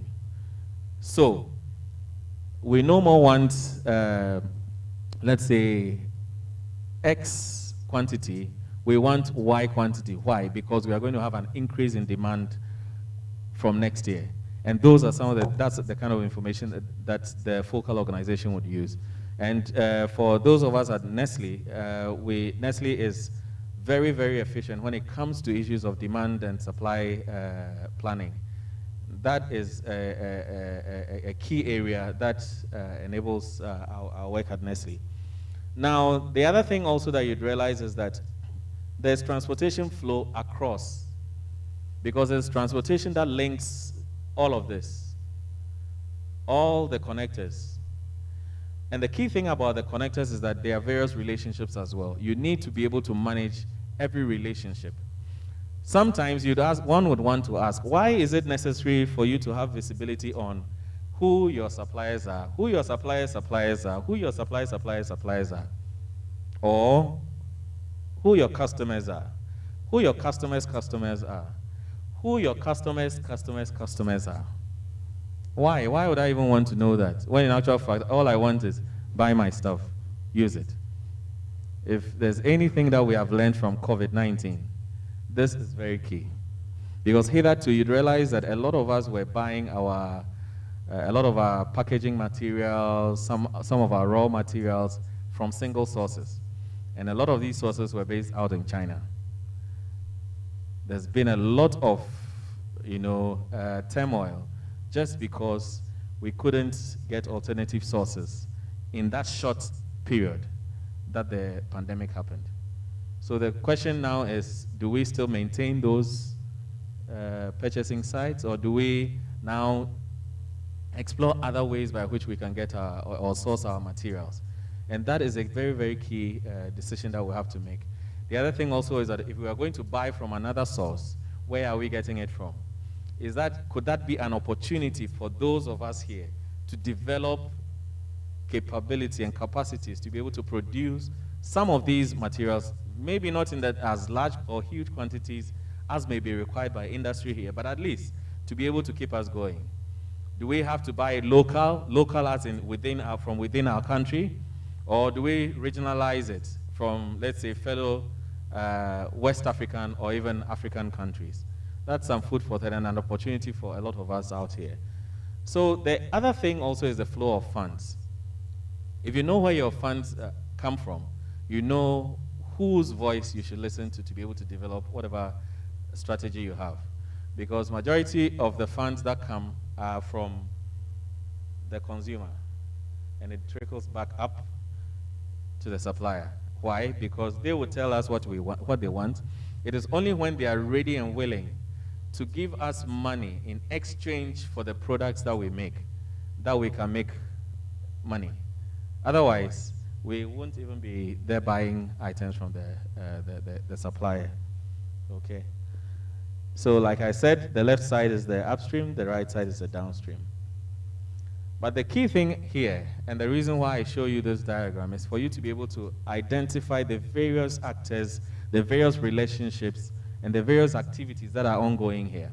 Now, you'd realize that when we talked about logistics, there are various activities within logistics that you have to be able to, there are about 13 or so activities. When you talk about supply chain in itself, supply chain is a very, very broad area. But key activities here you can look at is the issue of transportation. You can look at the issue of finance, which is also another function. You can look at the issue of warehousing. You have to look at the issue of people management, resource management. You look at how you use information. You can look at how you actually utilize data, or you collect data, and how you convert that data into information that would enable you to be able to make useful decisions for your organization. Because currently, decision-making processes are not based on emotions. They are not based on the fact that I like you or I don't like you. In business, decision-making now is based on real data. And that is why a lot of organizations are investing into ERPs and big data, artificial intelligence, amongst others. And that is why we're also enjoying our mobile phones right now. How many of us know for sure that we are using up to 20% of what our mobile phones can do for us? Look, sometimes when you do a search on Google for, let's say you're searching for leadership. You search for leadership today. If there's an update to the articles that you read, or to the reports or papers that you read, you know that by virtue of artificial intelligence, they are able to send you, and because they also collect a lot of data when you use your phones, they're able to send you information, giving you an update on what you read probably 2 or 3 months ago. That is the benefit of technology. But technology does not work in isolation. In our individual organizations, if our processes are not standardized, if we are not using we don't have efficient processes, and you bring technology, my brother, my sister, technology is not going to replace inefficiency. It's not going to do that. Technology is an enabler. And when you and I use technology efficiently, we will be able to harness a lot out of it. But if our processes are not right, we would have a challenge when we institute or introduce technology in our organizations. So just a couple of thoughts I'd like to share in addition to when we are developing our supply chain strategies. Some of the considerations I would want you to take a look at is what industry are you operating in? Do you understand the economics or how you generate revenue within your organization? In Nestle, you have to sell. If people don't buy it, you really wouldn't make it. But the question is, okay, if I'm selling, so for instance, at Agriculture More Limited, we produce, we add value to yam. Okay, we add value to yam. So if we're going to add value to yam, what happens? Do we have waste? When you peel the yam, what can you use the yam peels for? Do you use it to feed livestock? So there are multiple ways by which you can probably use the various resources that you have so as to ensure that you make a lot more by way of returns. And those also, when you know your industry very well, it enables you to be able to also diversify your product range to be able to meet various needs of industry, okay? Now, you should be able to clearly define your value proposition. When at the mention of Nestle, everybody knows that Nestle is a leading food company in the world. When you mention DHL, you know that everybody knows that DHL is the world's leading logistics company. When you mention Mobil, you know that it's the world's leading lubricants. They have one of the best lubricants in the world. But the question is, when they mention your company, or when they mention even your name, when we look at people, what exactly do people know you for? Do they know you as, oh, that guy making no my arm? Or they say, oh, you know what? If you're looking for a finance person or you're looking for a reliability engineer, look, go and look for this guy. You understand? So your value proposition should be there. But the key thing is for you to be able to align it to the general organizational goal system. Now also consider your decision-making process and the people who are involved. Now you'd realize that there are generational gaps in some organizations. People in Ghana, for instance, you have farmers, the average age of farmers in Ghana are about 55. I'll not be surprised if it's about the same here. But the question now is that when people are making decisions within an organization, what's the process? How easy is it to be able to make those decisions? You know, an example is when I can use an example back home, but when you want to apply for a passport, now you can use online. Hitherto, you have to go paperwork. Okay, and a lot of our people at the time were BBCs. They were born before computer. So when you get there, nobody even wants to attend to you. Why? Because even though technology started coming up in the 21st century and being used a lot more in the 21st century, a lot of them haven't bothered to upgrade themselves. You understand? So if you understand the kind of hurdles that you may have to jump, it enables you to be able to put your strategy in place in such a way that it would be able to work within the environment. Your working environment is very, very important. Okay? So the second thing I'd like to share with you is in terms of governance. If you as a supply chain function, you need to be able to familiarize yourself with the general organizational goal. Yesterday, Jonathan talked about vision. If you don't know the vision of your organization, please, when you go back today, please, go back and read it. Look out for your mission, the purpose for which you are in business. A lot of the time, we focus our attention on doing work, hard work. But as a matter of fact, if whatever work you're doing is not in line with what your organization defines or classifies as value, all that you're doing will be like sinking sand. And a lot of the time, we do that and we feel like we are not being really appreciated. But in actual fact, all the effort that we're putting in doesn't yield much return for the organization. And that's why it's like that. Okay, so let's align ourselves. Let's also align our supply chain strategies with corporate goals, as Jonathan mentioned earlier. Also streamline the strategy. Sometimes I understand that, yes, there's a lot that we have to do when we are putting together our strategy. But I don't see how it's going to be easy for you within probably the duration to have, for instance, about 10 line items that you want to achieve. Because what happens is that you have your strategy. After that, you have to be able to implement it, right? And when you're going to implement it, you have various tactics that you'd have to put underneath your strategy. So if you have 10 different items, and you have to break each and every one of them down, how effective would you be when you want to do that? And I'll share some thoughts with you on how you can, probably some key areas that you can consider when you are working on your strategy. And then key also is to ensure that you invest in people. whether we like it or not, people are the most important resources. Yes, it's been said that it's become a rhetoric because people just say it, but don't actually mean it. But whilst the organization is trying to invest in people, you also invest in yourself, because I don't think that you are limited in any way when you do that. Because one of the things that you and I would both agree is nobody can ever take away the knowledge that you have. Nobody can take it away from you. You have the knowledge, you have the experience. Nobody can take that away from you. So if you have a CMRP certification, for instance, who is going to take away that CMRP certification? The only thing that they can tell you is to leave, is fire you. You know, but whilst they are trying to trample on you, you are a seed, so germinate. So build yourself, build capacity personally, and it will help us a long way. An example is when I told you my background is mainly into supply chain. I'm not a handy person, even though I wish, probably in my next life I'll do that, but currently I don't do much in terms of, very well in terms of handiwork, but it's one thing that I'd really, really love to learn now. And truthfully, I wouldn't mind going back to school to do that. Not for several years, maybe a short course, but. And that's the thing. At some level, you don't necessarily need to go back to school to do 4 or 5 years of engineering. No. There are short courses that are available that are tailored for you, so you can do that a lot.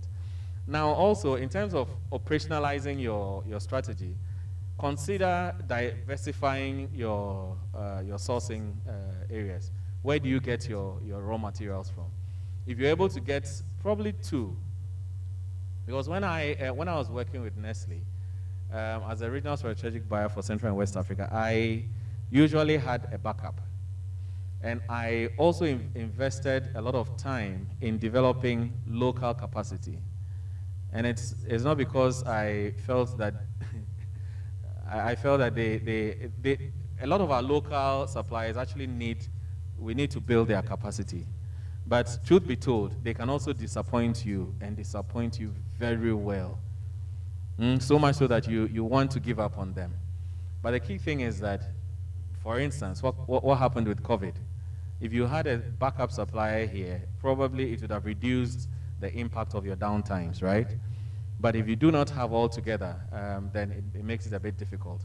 So diversifying your sourcing network is very, very key. The other part also is that you should introduce buffers. And in terms of buffers, you're looking at not just in terms of your inventory, but also in terms of the lead times. Now, we know very well that containers now is like gold, true or false. And freight rates have more than doubled. Unless probably it's not happening here, but I know it's global. So if you know very well that it's now difficult to even get a container, let alone have it shipped at almost double or triple the price now by way of freight, and then you get to the ports and we are computing our duties based on our CIF, right? Then in that case, you know that you're going to be paying a lot more. So if you're going to be paying a lot more, and you know that the timing is going to be a bit of a challenge, then make sure that when you're planning, you plan and include the buffers in your planning system. So that you could add that to your strategy so that everybody is aware of it. Because sometimes it is, in some organizations, you realize that people know there's, either don't know that there's actually a policy or strategy in place, or they don't comply with it. So it's important to ensure that everybody knows. And then also try and standardize your procedures, and especially your processes, so that everybody knows that even if today Manchester City is playing, and let's say Jesus, who scored the goal yesterday, I don't know how they pronounce the name, I call it Jesus or Jesus.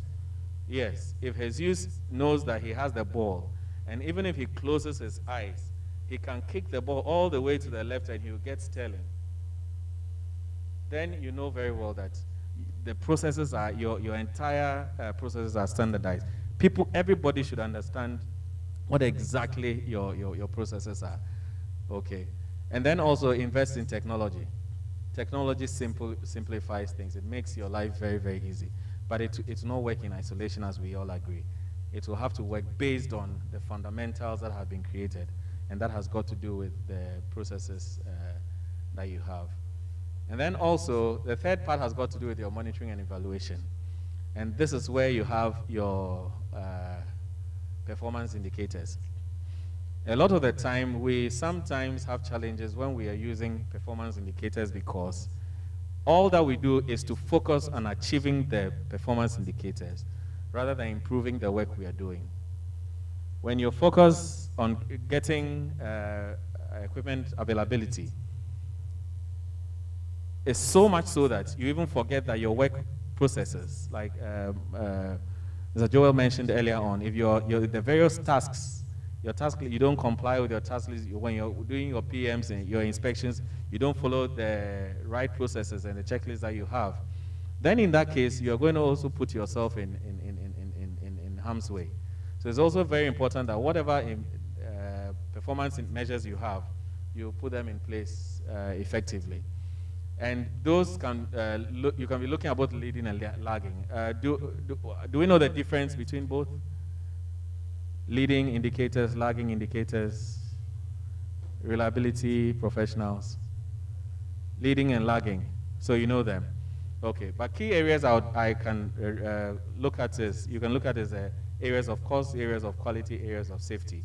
And those are very important parts that you need to take an interest in. Also,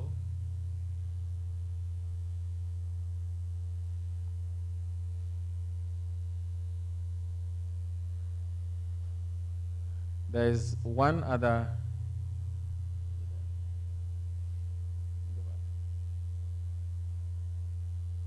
so also consider the use of service level agreements. It could be among functions, it could be, but make sure that you have something that is there that enables the various functions to be able to make reference to. So that you know that, for instance, if you present an invoice for payment, it will be due within X number of days for payment. So everybody complies with it.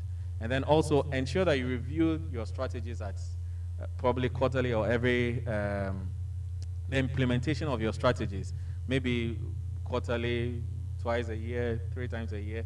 That will also depend on how the kind of operations you have. So, and that is very, very important for you. So as a recap and in conclusion, generally hopefully you understand what the various terminology we used are. That's reliability, supply chain, and what supply chain reliability in general is. We have also come to appreciate the organizational conundrum where we have varying expectations and varying needs, which all have to be harnessed and synchronized. And then also we have visibility on our supply chains, and that's where we looked at the supply chain network, where we saw the individual actors and players, and also looked at the various relationships that we have amongst them. And then also we shared some thoughts on how we can develop our supply chain strategies. On this note, Oshe.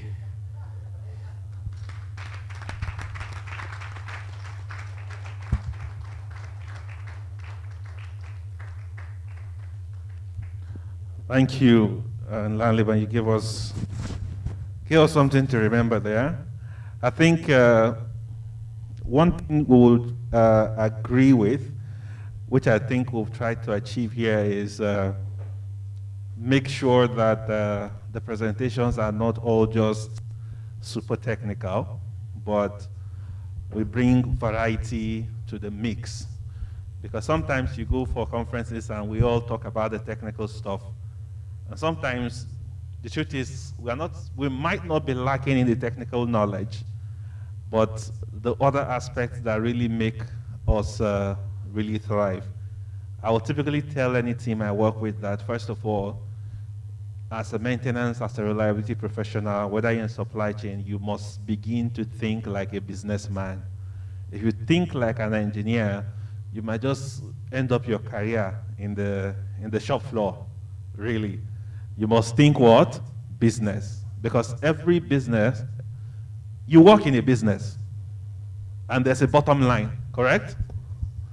It doesn't matter how good you are, like I said yesterday. If you are not meeting your bottom line, you are wasting your time. So, admonition, think business. how can we make more money? How can we make more profit? Every organization loves the guy that thinks for them, that tells them how they can always what? Make more money, save more money. In short, these are your definitions, your role definition in every business. Forget your title in your organization.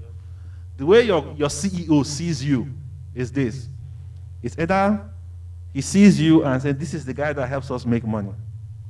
Or he sees you and says, this is the guy that saves us what? Money. Or he sees you and says, this is the guy that makes us look good. If you're not in these three categories, guess what? Yeah, when it's time for whatever they call it, what's the definition they use? Do they say technician, engineer, manager? No. What does this guy do? He makes us what? Money. What does this guy do? He saves us what? Huh? What does this guy do? He makes us what? Look. If you're not doing any of these three, what do we need you for now? Huh? You fall into the guys that will go home. So thanks for your time. I think we've already overshot. We just want to do just a few Q&A, and then we would be good. We'll be good as done. Probably maybe we'll cut short that time a bit to make sure you don't run into the Lagos traffic. So I think I will invite our speakers for today to take the stage. Mr. Joel, a round of applause for him as he comes up. Mr. Steve, a round of applause. People have questions for you. Mr. Akil, a round of applause for him as he comes up. And our able moderator, a round of applause for him as he... Take a seat, don't worry, I'll run that out. Okay, so you have that. So, we'll just take a few minutes for Q&A, and then afterwards we'll be good. They'll be flashing Black Friday deal on your screen. Please take advantage. I know the link had some challenges yesterday. I think probably some network issues, so take advantage of that deal to get yourself certified. And if you're among those that have registered already, the team is here on the ground, so within 48 hours, you will get access, okay? So they'll flash that on the screen. Take advantage of that. It's very important for you. So the theme we've given to this session is, we call it the roadmap for reliability. And it's pretty simple. We want to take care of your Q&As, and whatever challenge you have about getting reliability sorted in your organization is what we want to manage. Or if you have any questions from the presentation that they've given so far, you will have the opportunity to ask them now. We're going to run this for just about 15 minutes, and then we'll be good as done. So, by a raise of hands, let me see you. I'm going to give you numbers, and then we'll move. But first of all, 1, 2, 3. I see 3, 4. Who wants to go next? 5, 6. Okay, great. 7. Okay, I'll stop at 7. Okay, so we'll go, and then we'll get the summary from the guys, and then we'll be good as done. Make your questions brief and fast. Where's number 1? Okay, let's go. Thank you very much. Standing on the ZC protocol. Please, my humble question goes to the last speaker. Okay, for we in the oil and gas, there is what we call value chain, and there are players in the value chain. For instance, in the downstream sector where I operate, the value chain is importation of the products, transportation of the products, storage of the products, haulage of the product, and to the end user to your outlet. So that's what we call value chain. And then we have players in this value chain. So this is my question. My question is there a synergy between what we call value chain and what you call supply chain? So usually the value chain and supply chain are sometimes used interchangeably for certain industries. But the concept of value chain has got to do with the fact that it's used under the principles that at every stage of the cycle or the movement of at every activity level, there's a certain level of added value that is given to the products that you have. And that's why it's usually referred to as the value chain. But as a matter of fact, I have come to observe and understand that it's usually being used interchangeably. And if you look at another industry like or sector like the agricultural sector, the term value chain is used a lot more than supply chain. But in most instances, they mean almost about the same thing. Thank you. Thank you. Where's number 2? I also stand on the previous protocol. My question goes to Mr. Joel. I want to know, on your presentation, you were specific about, you gave us an example of how we can go about carrying out our PM task. I noticed that it is calendar-based. Now, if it's calendar-based, don't you think it will be over maintenance? Because of, at times, in the production industry where I am, the production man will tell you, are you sure this machine will fail in the next 2 weeks or 1 week? Can't you continue to run? Why must I stop for you to use 8 hours and do maintenance, and after that, the machine will not pick up again? It becomes a problem. So I want you to clarify me on the areas of over-maintenance. And then also, we have some assets that are run to failure. You cannot afford to maintain them. It is very, very expensive for you to maintain, for example, our fluorescent unit. You have to run them to fail and make sure that you have spares in your store to mitigate any downtime. Thank you. Yeah, I agree with you because it's not all maintenance, because depending on the strategy you want to use. There are some strategy on the particular equipment, you have to apply a breakdown maintenance. Just like the example you give. Like fluorescent tube, for example, which preventive maintenance do you want to do or predictive maintenance? You wait until when it dies, you change. That is a breakdown maintenance. Then separately, there are some other pumps, mostly these sulfuric acid pumps on water treatment. You find that this individual spare part, when you compute, is even more expensive than the cost of the pump. So what you will do now is run to failure. But before that, you make sure that there's a spare pump for that. So that one is really critical. The preventive maintenance depends on your experience. If the manufacturer said 8,000 hours, you do that, 8,000 hours, you do that. So based on your experience, you can adjust the frequency. If you have done 8,000 hours and you discover that there was nothing wrong with it, you can extend it to 16,000 hours. But the prediction we are talking about, the predictive maintenance, it will determine the number of hours you want to do. Because if it is at 8,000 hours and you're monitoring with your predictive maintenance equipment, it can go beyond that. In fact, like in turnaround maintenance, for example, some people don't do the normal 2 years or whatever.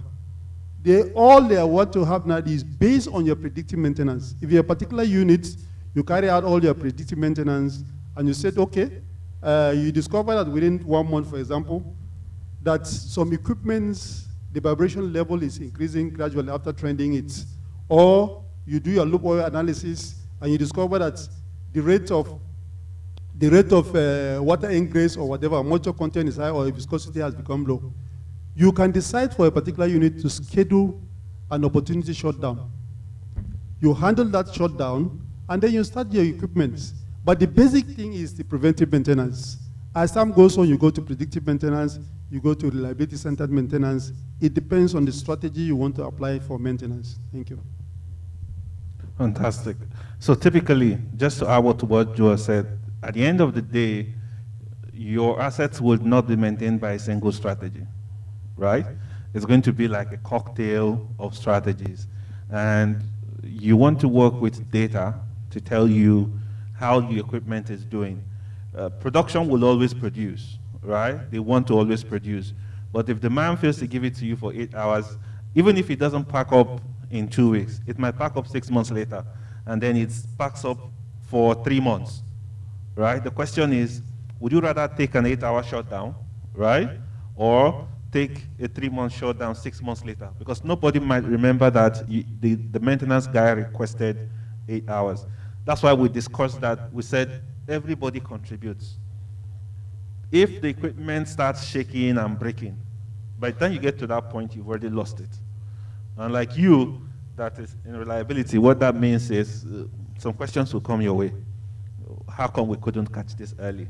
And then that becomes another headache for you. That will not be a headache for the operator, right? Where's number 3?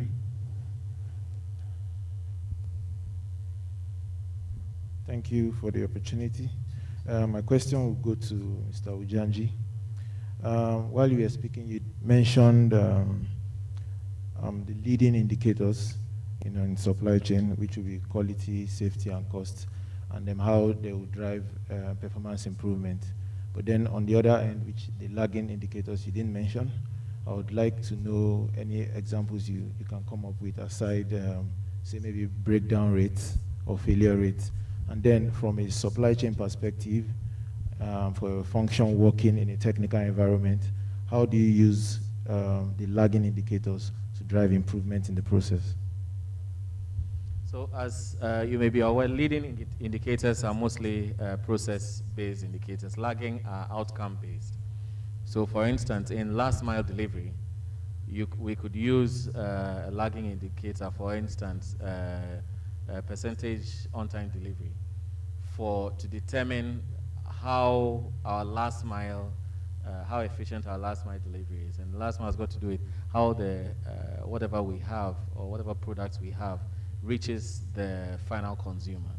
So for lagging indicators, there are actually multiple of them. I have some materials that I can share with you even after this. I'll send them to you by email. Hopefully, Jonathan can also share it with all others as well. But predominantly, just bear in mind the fact that the leading are mostly the process-based. They assess how your process is, how productive your process is, and then the lagging ones determine how the outcomes of your entire process is. So we'll share a lot more of those ones with you, just in summary. Thank you. Number 4. All right.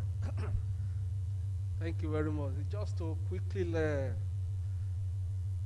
I mean, if you can further expatiate on the last comment you made so that people will really understand when you said in an organization they need to see you as somebody who doesn't waste money, who's, I mean, the reason I'm saying this is maintenance costs money.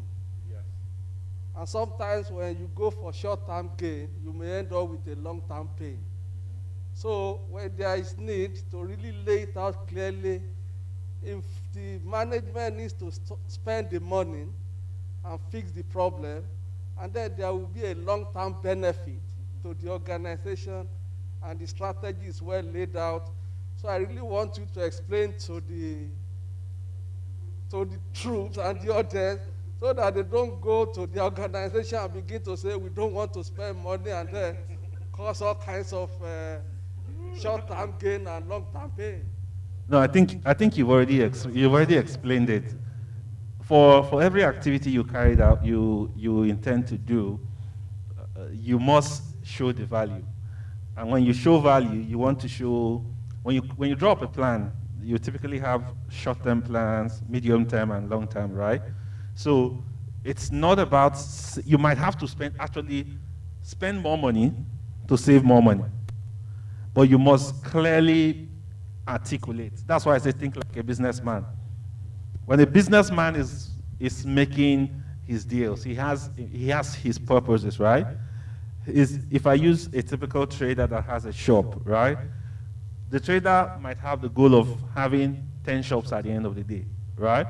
But you that buys from him might not see his vision for 10 shops.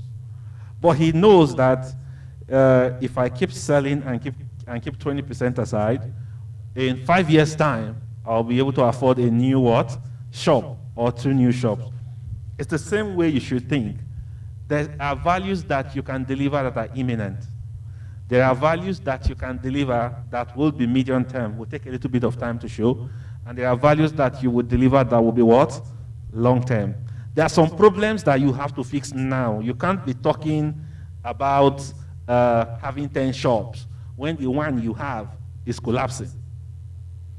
So problems that are almost, that threaten the business, that threaten reliability, you're tripping every day. Those are short terms, right? And how do you deliver it? You are still saving the business by solving that problem. You are saving the business money. You can save the business money without cutting costs. There's a difference between saving money and cutting costs. If you improve reliability and you improve your throughput, what happens? Your cost per unit, what? Drops. If you improve reliability, even if your throughput does not change, the amount of maintenance you carry out might reduce significantly based on the strategy you are using. That is also saving money. But some people think to save money is not to spend money. To save money does not necessarily mean you don't spend money. So there's a difference between, that's what most organizations do. We cut costs. We report it that we have saved money in year 1. By year 3, we're now spending times 5. And that's because sometimes the people that make the decision might not have all the information to be able to see. Some people will do it so that they say, man, this guy has saved us money, and he gets promoted, and other people are left to deal with the mess. So the more learning you get, the more education you get, the more you can contribute. So thanks for bringing that up. What number are we now? Oh, we'll come to you first. Let's, where's number 5? 2 of you cannot be number 5 now. Okay, mine is not really a question, but maybe a concern or a kind of suggestion for improvement. And goes to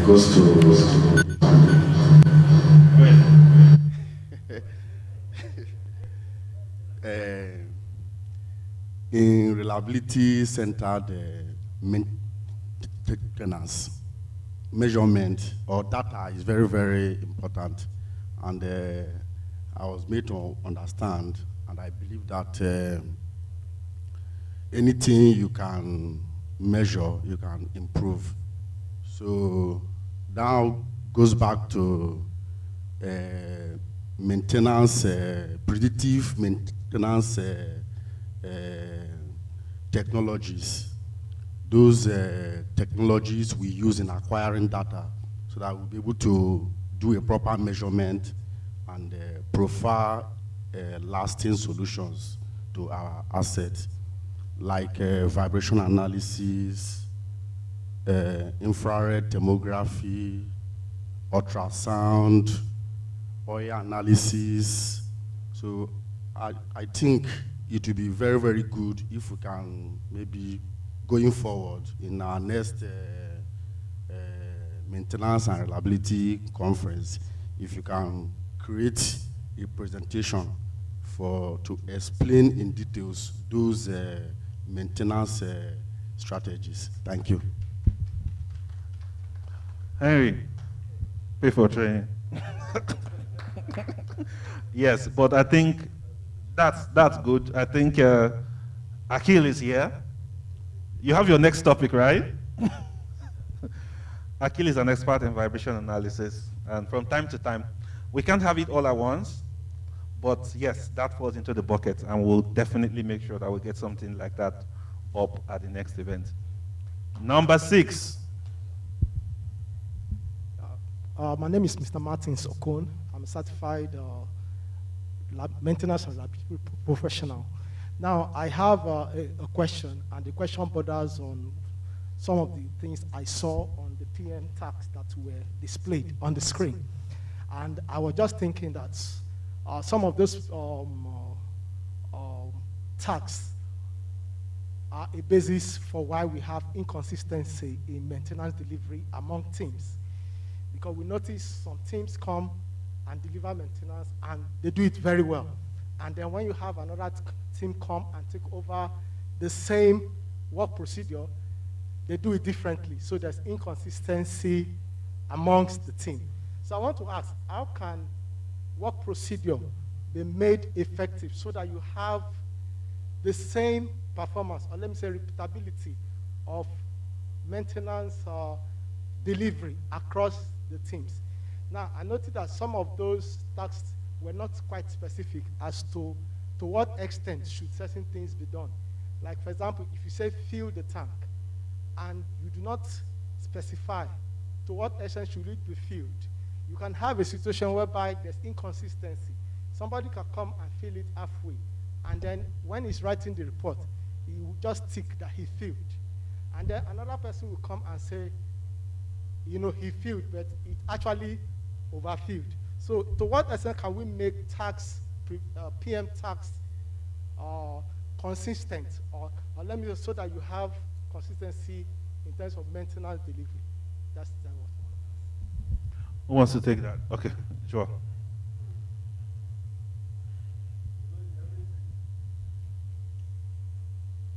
You know, in everything you do, it depends on the leadership.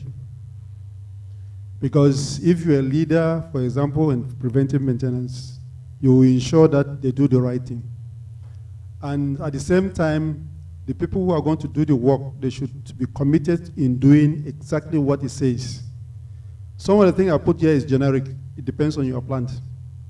But take, for example, like if it is a pump, you want to fill or want to put oil in the pump. On the oiler, you know that there is a grade that is marked.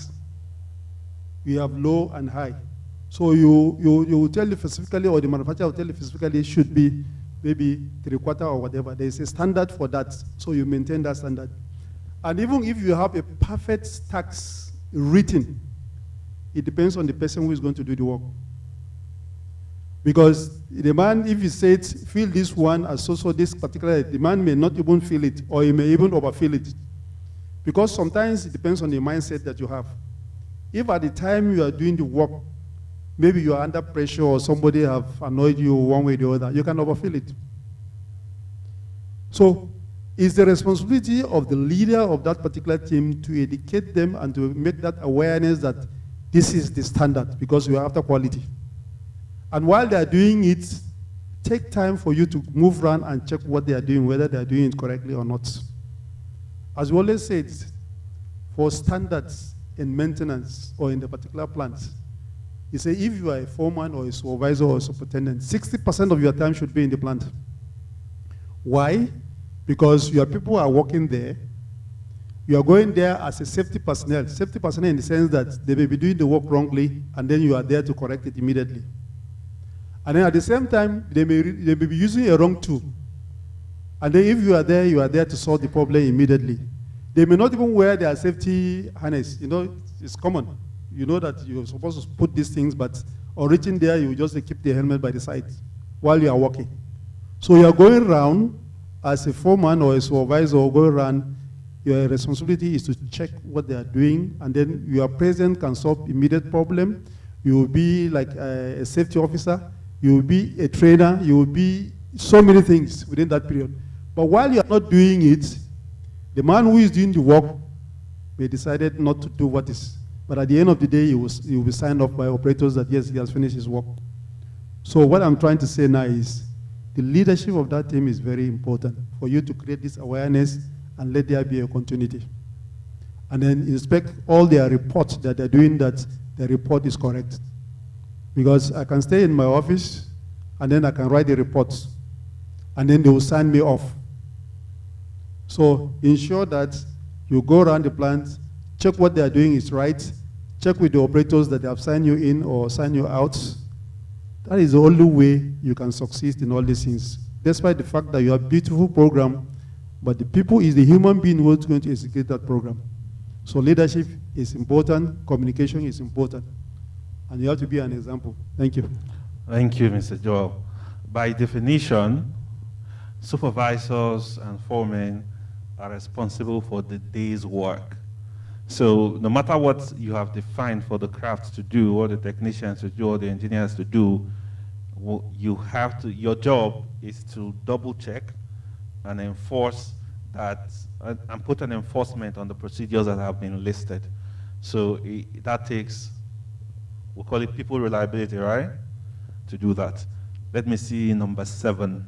Yes. Good afternoon. Yeah, my name is Julius. I'm from Arion Energy Services. I wasn't here physically yesterday, but I tried following up online. I got some things, but the network was a bit bad. So some things I picked up, the idea of reliability, you know, before we had this notion of just maintenance engineering. So I picked up that it's actually beyond that. And I'm a bit curious because a lot of things have been said from the supply chain, from the maintenance side. I'm looking at, from my own experience, I feel there's a kind of a gap. So most times the maintenance are ready, just like one of the presenters said here that talked about the PM. Maintenance is ready, probably on the procurement side, they have their own policy, their own strategy, like maybe for some prices or for some extent of cost, they need to follow a particular procedure, or they have maybe priority ratings, maybe for maybe human resources, like they mentioned yesterday, probably there's no maintenance person on the team, so you have probably the wrong person coming in. So my concern is these little gaps. How do we, from experience, I want to know what's the best or suggestions that we can actually integrate these different departments or different areas to ensure that actually we'll get the best of reliability. Thank you. Steve, I'll have you and Akil do that so that you can give us your own perspectives in that area.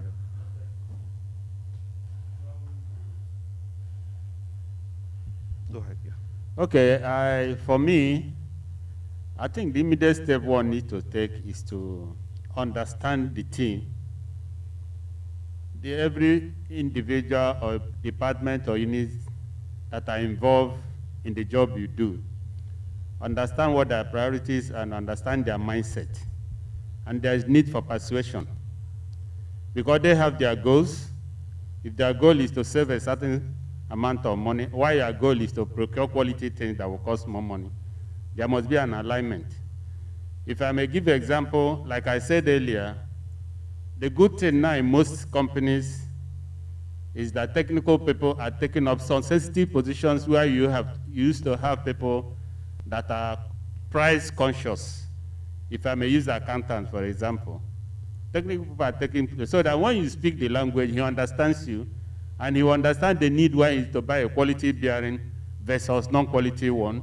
Unlike an accountant that it takes you a lot of time to convince, he may not at the end of the day convince him.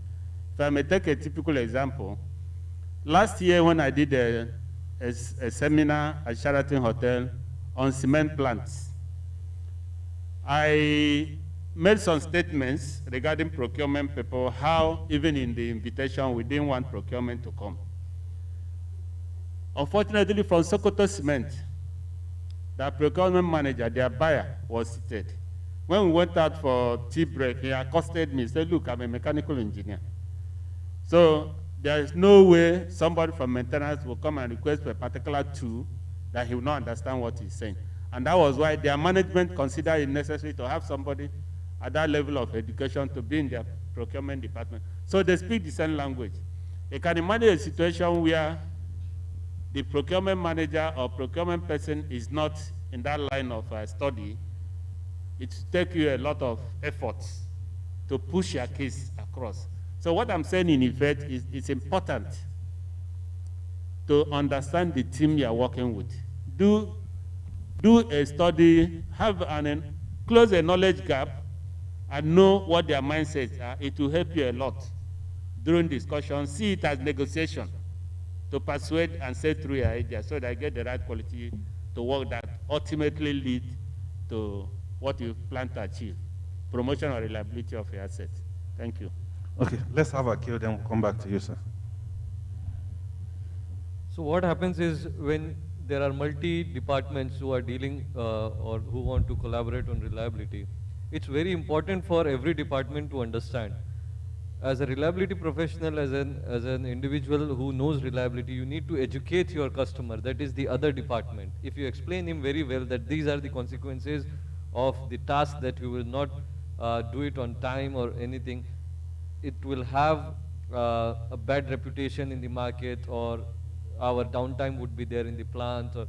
So you need to educate them.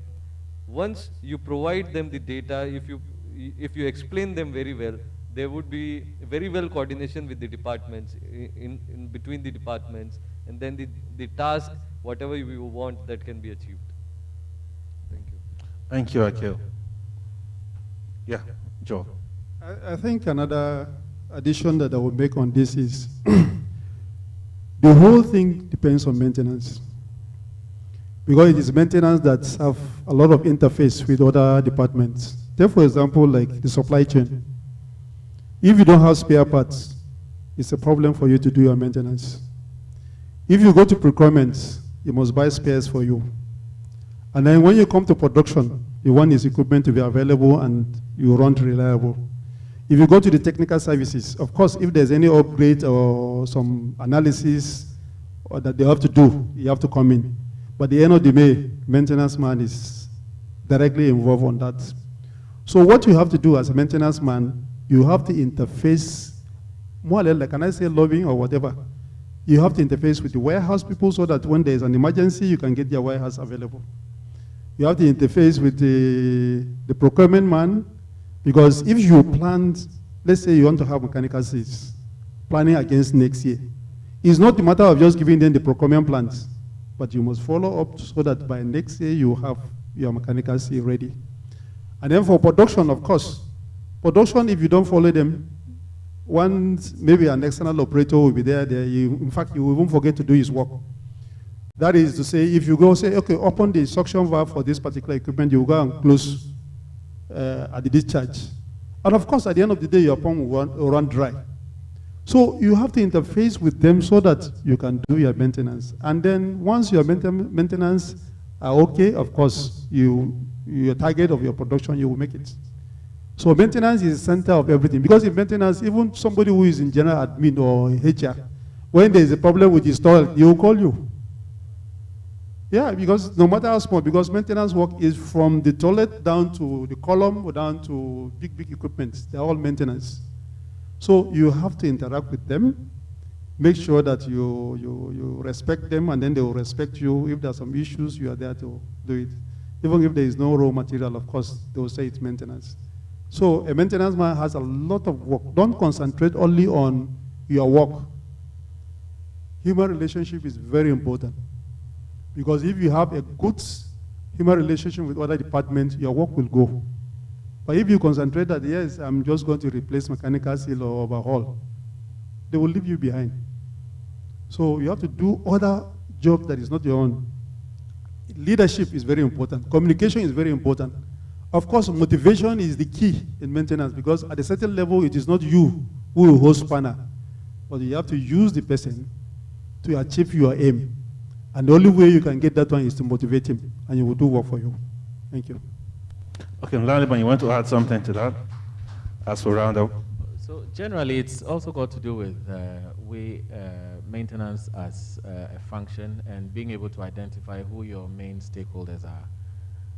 Once you're able to identify the kind of power and interest, the kind of relationship you have with them, it enables you to be able to put in place whatever measures to enable that kind of a relationship and cordial relationship amongst you. Because like you mentioned, if you don't have a very good relationship, you'd go to people and you never have anything done. And in all my experience, both in working corporate and as a consultant, I have come to realize that in most organizations, even though your skill is important, that's not what makes you climb the ladder. It is how you relate with people, how you make people feel. That makes you climb the ladder. It just comes back to the point that Jonathan mentioned earlier on, as to how the organization sees you. If the organization doesn't see you as someone who is adding value, then definitely there's absolutely no way you're going to climb the ladder. And the only way you can do that effectively is through building that kind of relationship with people in the organization. So just find a way of, if you can, just map out your stakeholders, determine what their interests are, the kind of power they have, just put in place your matrix and see how best you can actually relate with all of them. Because at the end of the day, you need all of them to be able to be efficient. And bear in mind that maintenance is usually the very, the easiest person to point a finger at when there's an issue. And I know you know that. So if we all know very well that it's very easy to say, oh, this one, maintenance problem, then in that case, we should also find a way of safeguarding ourselves by having a kind of a buffer between us and the other people. And that would be through the kind of relationships we build. Thank you. A round of applause for our panelists. So, gentlemen, you can take back your seat.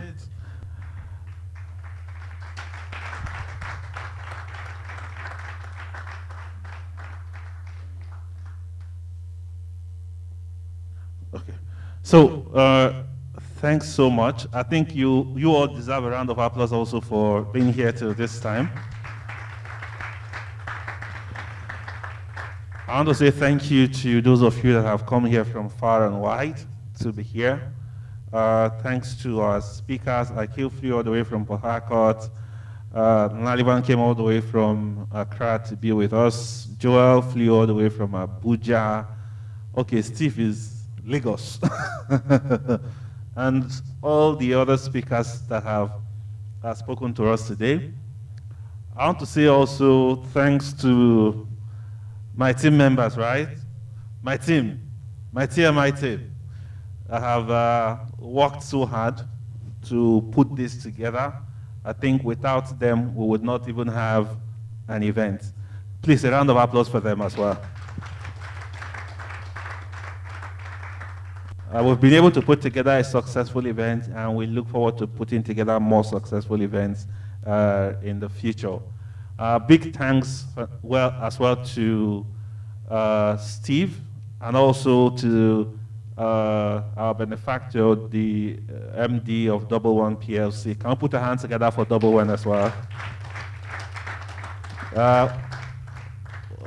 We at TMI believe in excellence, and we know when it comes to lubrication management and dealing with lubricants, Double One does a fantastic job, and that's one of the reasons they are partners with us at these events. So for those of you online, thanks for participating. We have these events streaming on YouTube. We have it streaming on Zoom. We have it streaming on LinkedIn. So yes, we've had quite some participation from different parts of the world, people coming in to contribute, to learn. And if I go back to the last question that was responding, that the panelists responded to, learning is really the primary way of delivering value. When you want to talk to people to get them on your side, sometimes educating them, like Akil says, gives you that leverage. My friend Izu will normally say, if we know better, we'll do what? Better. And who remembers what he says yesterday? That anyone can fall off a ladder by mistake. But nobody climbs what? Have you seen somebody that says, I'll sleepwalk and I climb a ladder? No. We have to be intentional as professionals. And I think enough has been said that it's not your technical skill that might get you away. Your technical skill will keep you in the ground floor most of the time. Because when it's time to go to middle management, when it's time to become a decision maker, there are other skills that need to come to bear. Your social skills are very, very important here. Emotional intelligence is important. Please go and learn sales, learn marketing, learn customer management. Operators are your customers. There's no point fighting with them. If you are in the marketplace selling some shoes, are you going to be arguing with the person that wants to buy a shoe from you? Operators are your customers. Learn to live and to work with them to be able to deliver that bottom line value. For us here, we said we have your Black Friday sale. I think I'm closing it today, right? Should I close it today? Friday? Okay, somebody says Friday. So we'll leave it to the actual Friday. So take that chance. How many people here are in? If you subscribe, let me see your hands. You guys have not subscribed. Okay. I'll go check at the back end and find out. Okay, yeah, I know we have some certified people in the room, and some of you want to be certified. I know that's going to happen as we go forward. So it's going to be up till tomorrow. Take that advantage, share with your team members, and let's see how to get you going. I know some of you might be interested in getting a physical certificate of attendance. That might come at a fee. So as we are done, if you want that, just go by where you register, and then they will tell you how that will be done, and then they'll give you the required details and how you can pick it up in Lagos once we get it sent across. So go to the registration desk after we're done to be able to arrange for that as well. Just before we go, I'll call on our reps from Double One to say some things and then close us. Thank you, Steve. I think for these 2 days, we've learned a lot. And like we said yesterday, knowledge is a continuum. So the day you stop learning, that is the day things start going bad. So it's important we engage ourselves in every opportunity we have to learn new things. You can never know it all. I want to use this opportunity again to appreciate you for your time. I know it's not a time wasted. But on that note, while we bring this event to a close, it will be proper that I introduce the members of my team that are here. And like some of you already know, in fact, almost everybody, maybe 99% of the people here, Double One PLC is formerly Mobil Oil Nigeria. And even before Mobil Oil Nigeria took an exit, we stopped doing business directly with end users of Mobil lubricants. So we deal with you indirectly through distributors. And that is not to say, even though the distributor is the one selling to you, that we are not behind him to ensure quality services are provided. And some of you can testify, we come to your plants with the distributors to address issues and to make recommendations. The essence of involving distributors to ensure in the area of logistics is properly taken care of. Because in those days, he might tell us to supply you 50 drums, because we operated what we call truck optimization policy. 50 drums cannot move a truck that will carry 120 drums. So we'll be waiting until we get up to 100, 120, or 112 drums before that truck will move. They call a distributor to give you 5 drums, the 5 drums will be in your place. So that's the essence, and they're still selling at the price we would have sold to you. So it is on that note that I want first call out here our distributor business manager for you to know him, and he will have a responsibility of introducing the distributors that are here seated. And before I call him, let me quickly call our lube engineer in the person of Mr. Felix Nnalua, who is here. Some of the things I've said today, he has a responsibility of following up to implement them. Unfortunately, we lost 2 of our lube engineers who left us for other companies. The process of replacing them is actually on. But in the interim, he has a responsibility going to plants to do plant study, do plant assessment, do a lot of these things we are saying, and he's a very busy guy. Then we, like I said, we do indirectly with it. The only company we do directly with is ExxonMobil. And management in their sense said, for ExxonMobil, Steve, we want you to handle them directly. And that's why a lot of ExxonMobil seated here, they see me more than many of these members of the team I'm calling out now. So Felix is here.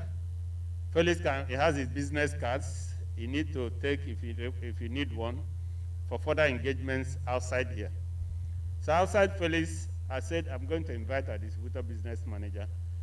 And when I call him out, I want him to introduce other members of the team coming from the distributors, particularly our DBC that is here. So, Mr. Oluwaseun, please step out.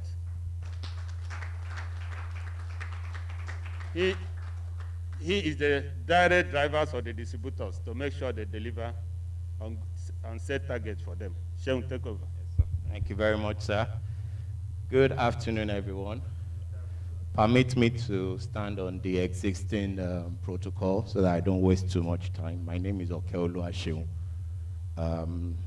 Let me not boast too much about too many information, but I've been with Mobil for close to 20 years now, and I've moved from different departments, from inventory to sales to marketing and different other units. In line with what we've been discussing about the value chain that we talked about earlier, Mobil moved, like Mr. Steve said, into the model of distributorship, basically to save you money, save us money, and at the end of the day, improve the business overall. So based on this, Mobil came up with the distributor strategy. Across the nation, we have just 14 distributors. 14 distributors, and we have what we call the distributor product integrity management system. This allows our distributors to be just like Mobil, in line with their storage, in line with their own ordering process, dealing with their customers, and every other way. So if you look at our standard distributor, they are just like Mobil in another form. In the past, we used to have different terminals across the country.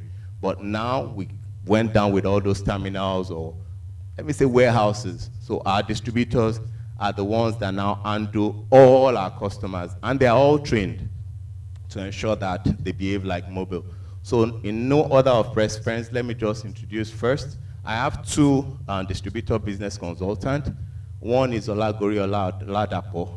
I think he just stepped to continue his country coordination. He handles quite a number of the distributors, and I have another DBC, distributor business consultant, that handles the northern part and handle the distributors in the north. I have few of my distributor representatives here, so I'll just call them one after the other in no order of preference, just in 30 seconds, 1 minute, just introduce their company and talk about where they are located. So in no preference, Ridwan represents Fastdays. Ridwan, please just come out briefly and just 1 second, two, just introduce yourself, what you do for Fastdays, and then your area of best effort. Thank you. Thank you, Mr. Oluwaseun. My name is Ridwan Adebayo. I'm the Loop Sales Engineer at Fastdays Services Limited. We are a strategic mobile distributor, and we are into the retail and commercial and industrial sales of mobile lubricant, as well as the marine products. We are located here in Lagos, and we distribute all across Nigeria. Thank you. Thank you very much, Ridwan. So, if you look at the shirt Ridwan is wearing, so Ridwan is the representative of Fastdays and is wearing the same shirt with Felix, and Mr. Steve, so is on their level. Okay, Jane, representing Cisco, please come up briefly. The sales manager. Good afternoon, everyone. My name is Jane Oko. I represent Cisco Oil Limited. I'm the sales and marketing manager. You can locate us, our head office is in Port Harcourt, Transamadi. From there, we service every other location around Port Harcourt, Rivers State, Akwa Ibom, Cross Rivers, Yenagoa, and so on. We can also service marine customers that may have their vessels bettered in Lagos here. I know you're going to take Lagos. So feel free to contact us at ciscooil.com, sales@ciscooil.com. Our website is www.ciscooil.com. Thank you all for coming. Thank you very much. And I'm sure, Jane, you have two of your other colleagues here, Anderson and Joseph. Thank you very much. Who else do we have in the house? Chief Amechi is the MD. Base Global, is Base Global here? Mr. Mutiu. Moses. Moses is the one manning the, okay. Mr. Amechi, please, over to you, sir. MD, LoopServe Engineering. Good evening, everybody. My name is Amechi. I represent the distributor principals. My company is LoopServe Engineering Limited, and since other principals are not here, I represent all the distributors. Like I said, I was with Mobile for some time before I crossed over to the other part of the world. To make more money, right? So, sorry I came in late, but just to thank you all for coming to this occasion. We were talking about reliability and the rest of them. There's no way you're going to talk about maintenance without lubricants and lubrication. So have a lot to talk, but we are closing. So thank you very much for coming. If you have any issues with your lubricant, contact any of the distributors. Not just me, contact any of the distributors. Whatever you get from any of the distributors, you get from me, get from Mobile. So thank you very much for coming. Thank you very much, Mr. Amechi. Mr. Mutiu from Base Global. Good afternoon, distinguished participants. We are really happy to have you here. And my name is Engineer Mutiu Sonny. I am from Base Global Resources Limited, one of your partners in the provision of lubrication solutions. We are delighted that you are able to spend quality time with us. And if you don't mind, I would like all of us here for your participation, for all of us to give ourselves a thunderous round of applause. And together with our principal, Double One PLC, we shall soar to greater heights. Thank you all for coming. Thank you very much. Just before I hand over back to Mr. Steve, thank you very much for coming for this program. As it has been said repeatedly, if we cannot save you money, then we don't deserve your business. I'm sure with all that we have learned today and yesterday, I'm sure using Mobile lubricants, using Mobile greases, you agree with me that we'll be able to save you money at the end of the day. And also in terms of cost and saving you some money, please permit me, if you're going out, look at the stand where they are selling the lubricants. I'm sure they'll be able to offer you a discounted price, quite lower than what you'll get outside in the station. Thank you very much. Okay, thanks so much.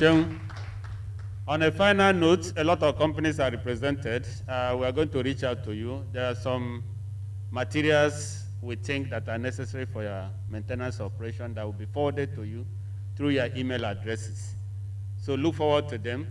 But let me especially thank the team from ExxonMobil that are seated here. For the time, I have the machinery engineering team led by the leadership in our midst. So let me thank them especially for creating time to be with us for these 2 days. I know how busy you are, and I know what it took me to convince you to be part of this. Thanks so much for being part of us today, and goodbye, everybody. See you in the field. Okay, as you go, please go to our page on LinkedIn, just type the Maintenance Institute, you'll see us. You can leave your testimonials there, you can tag us with your reviews, tell us how you feel about the event, and see you on the next one.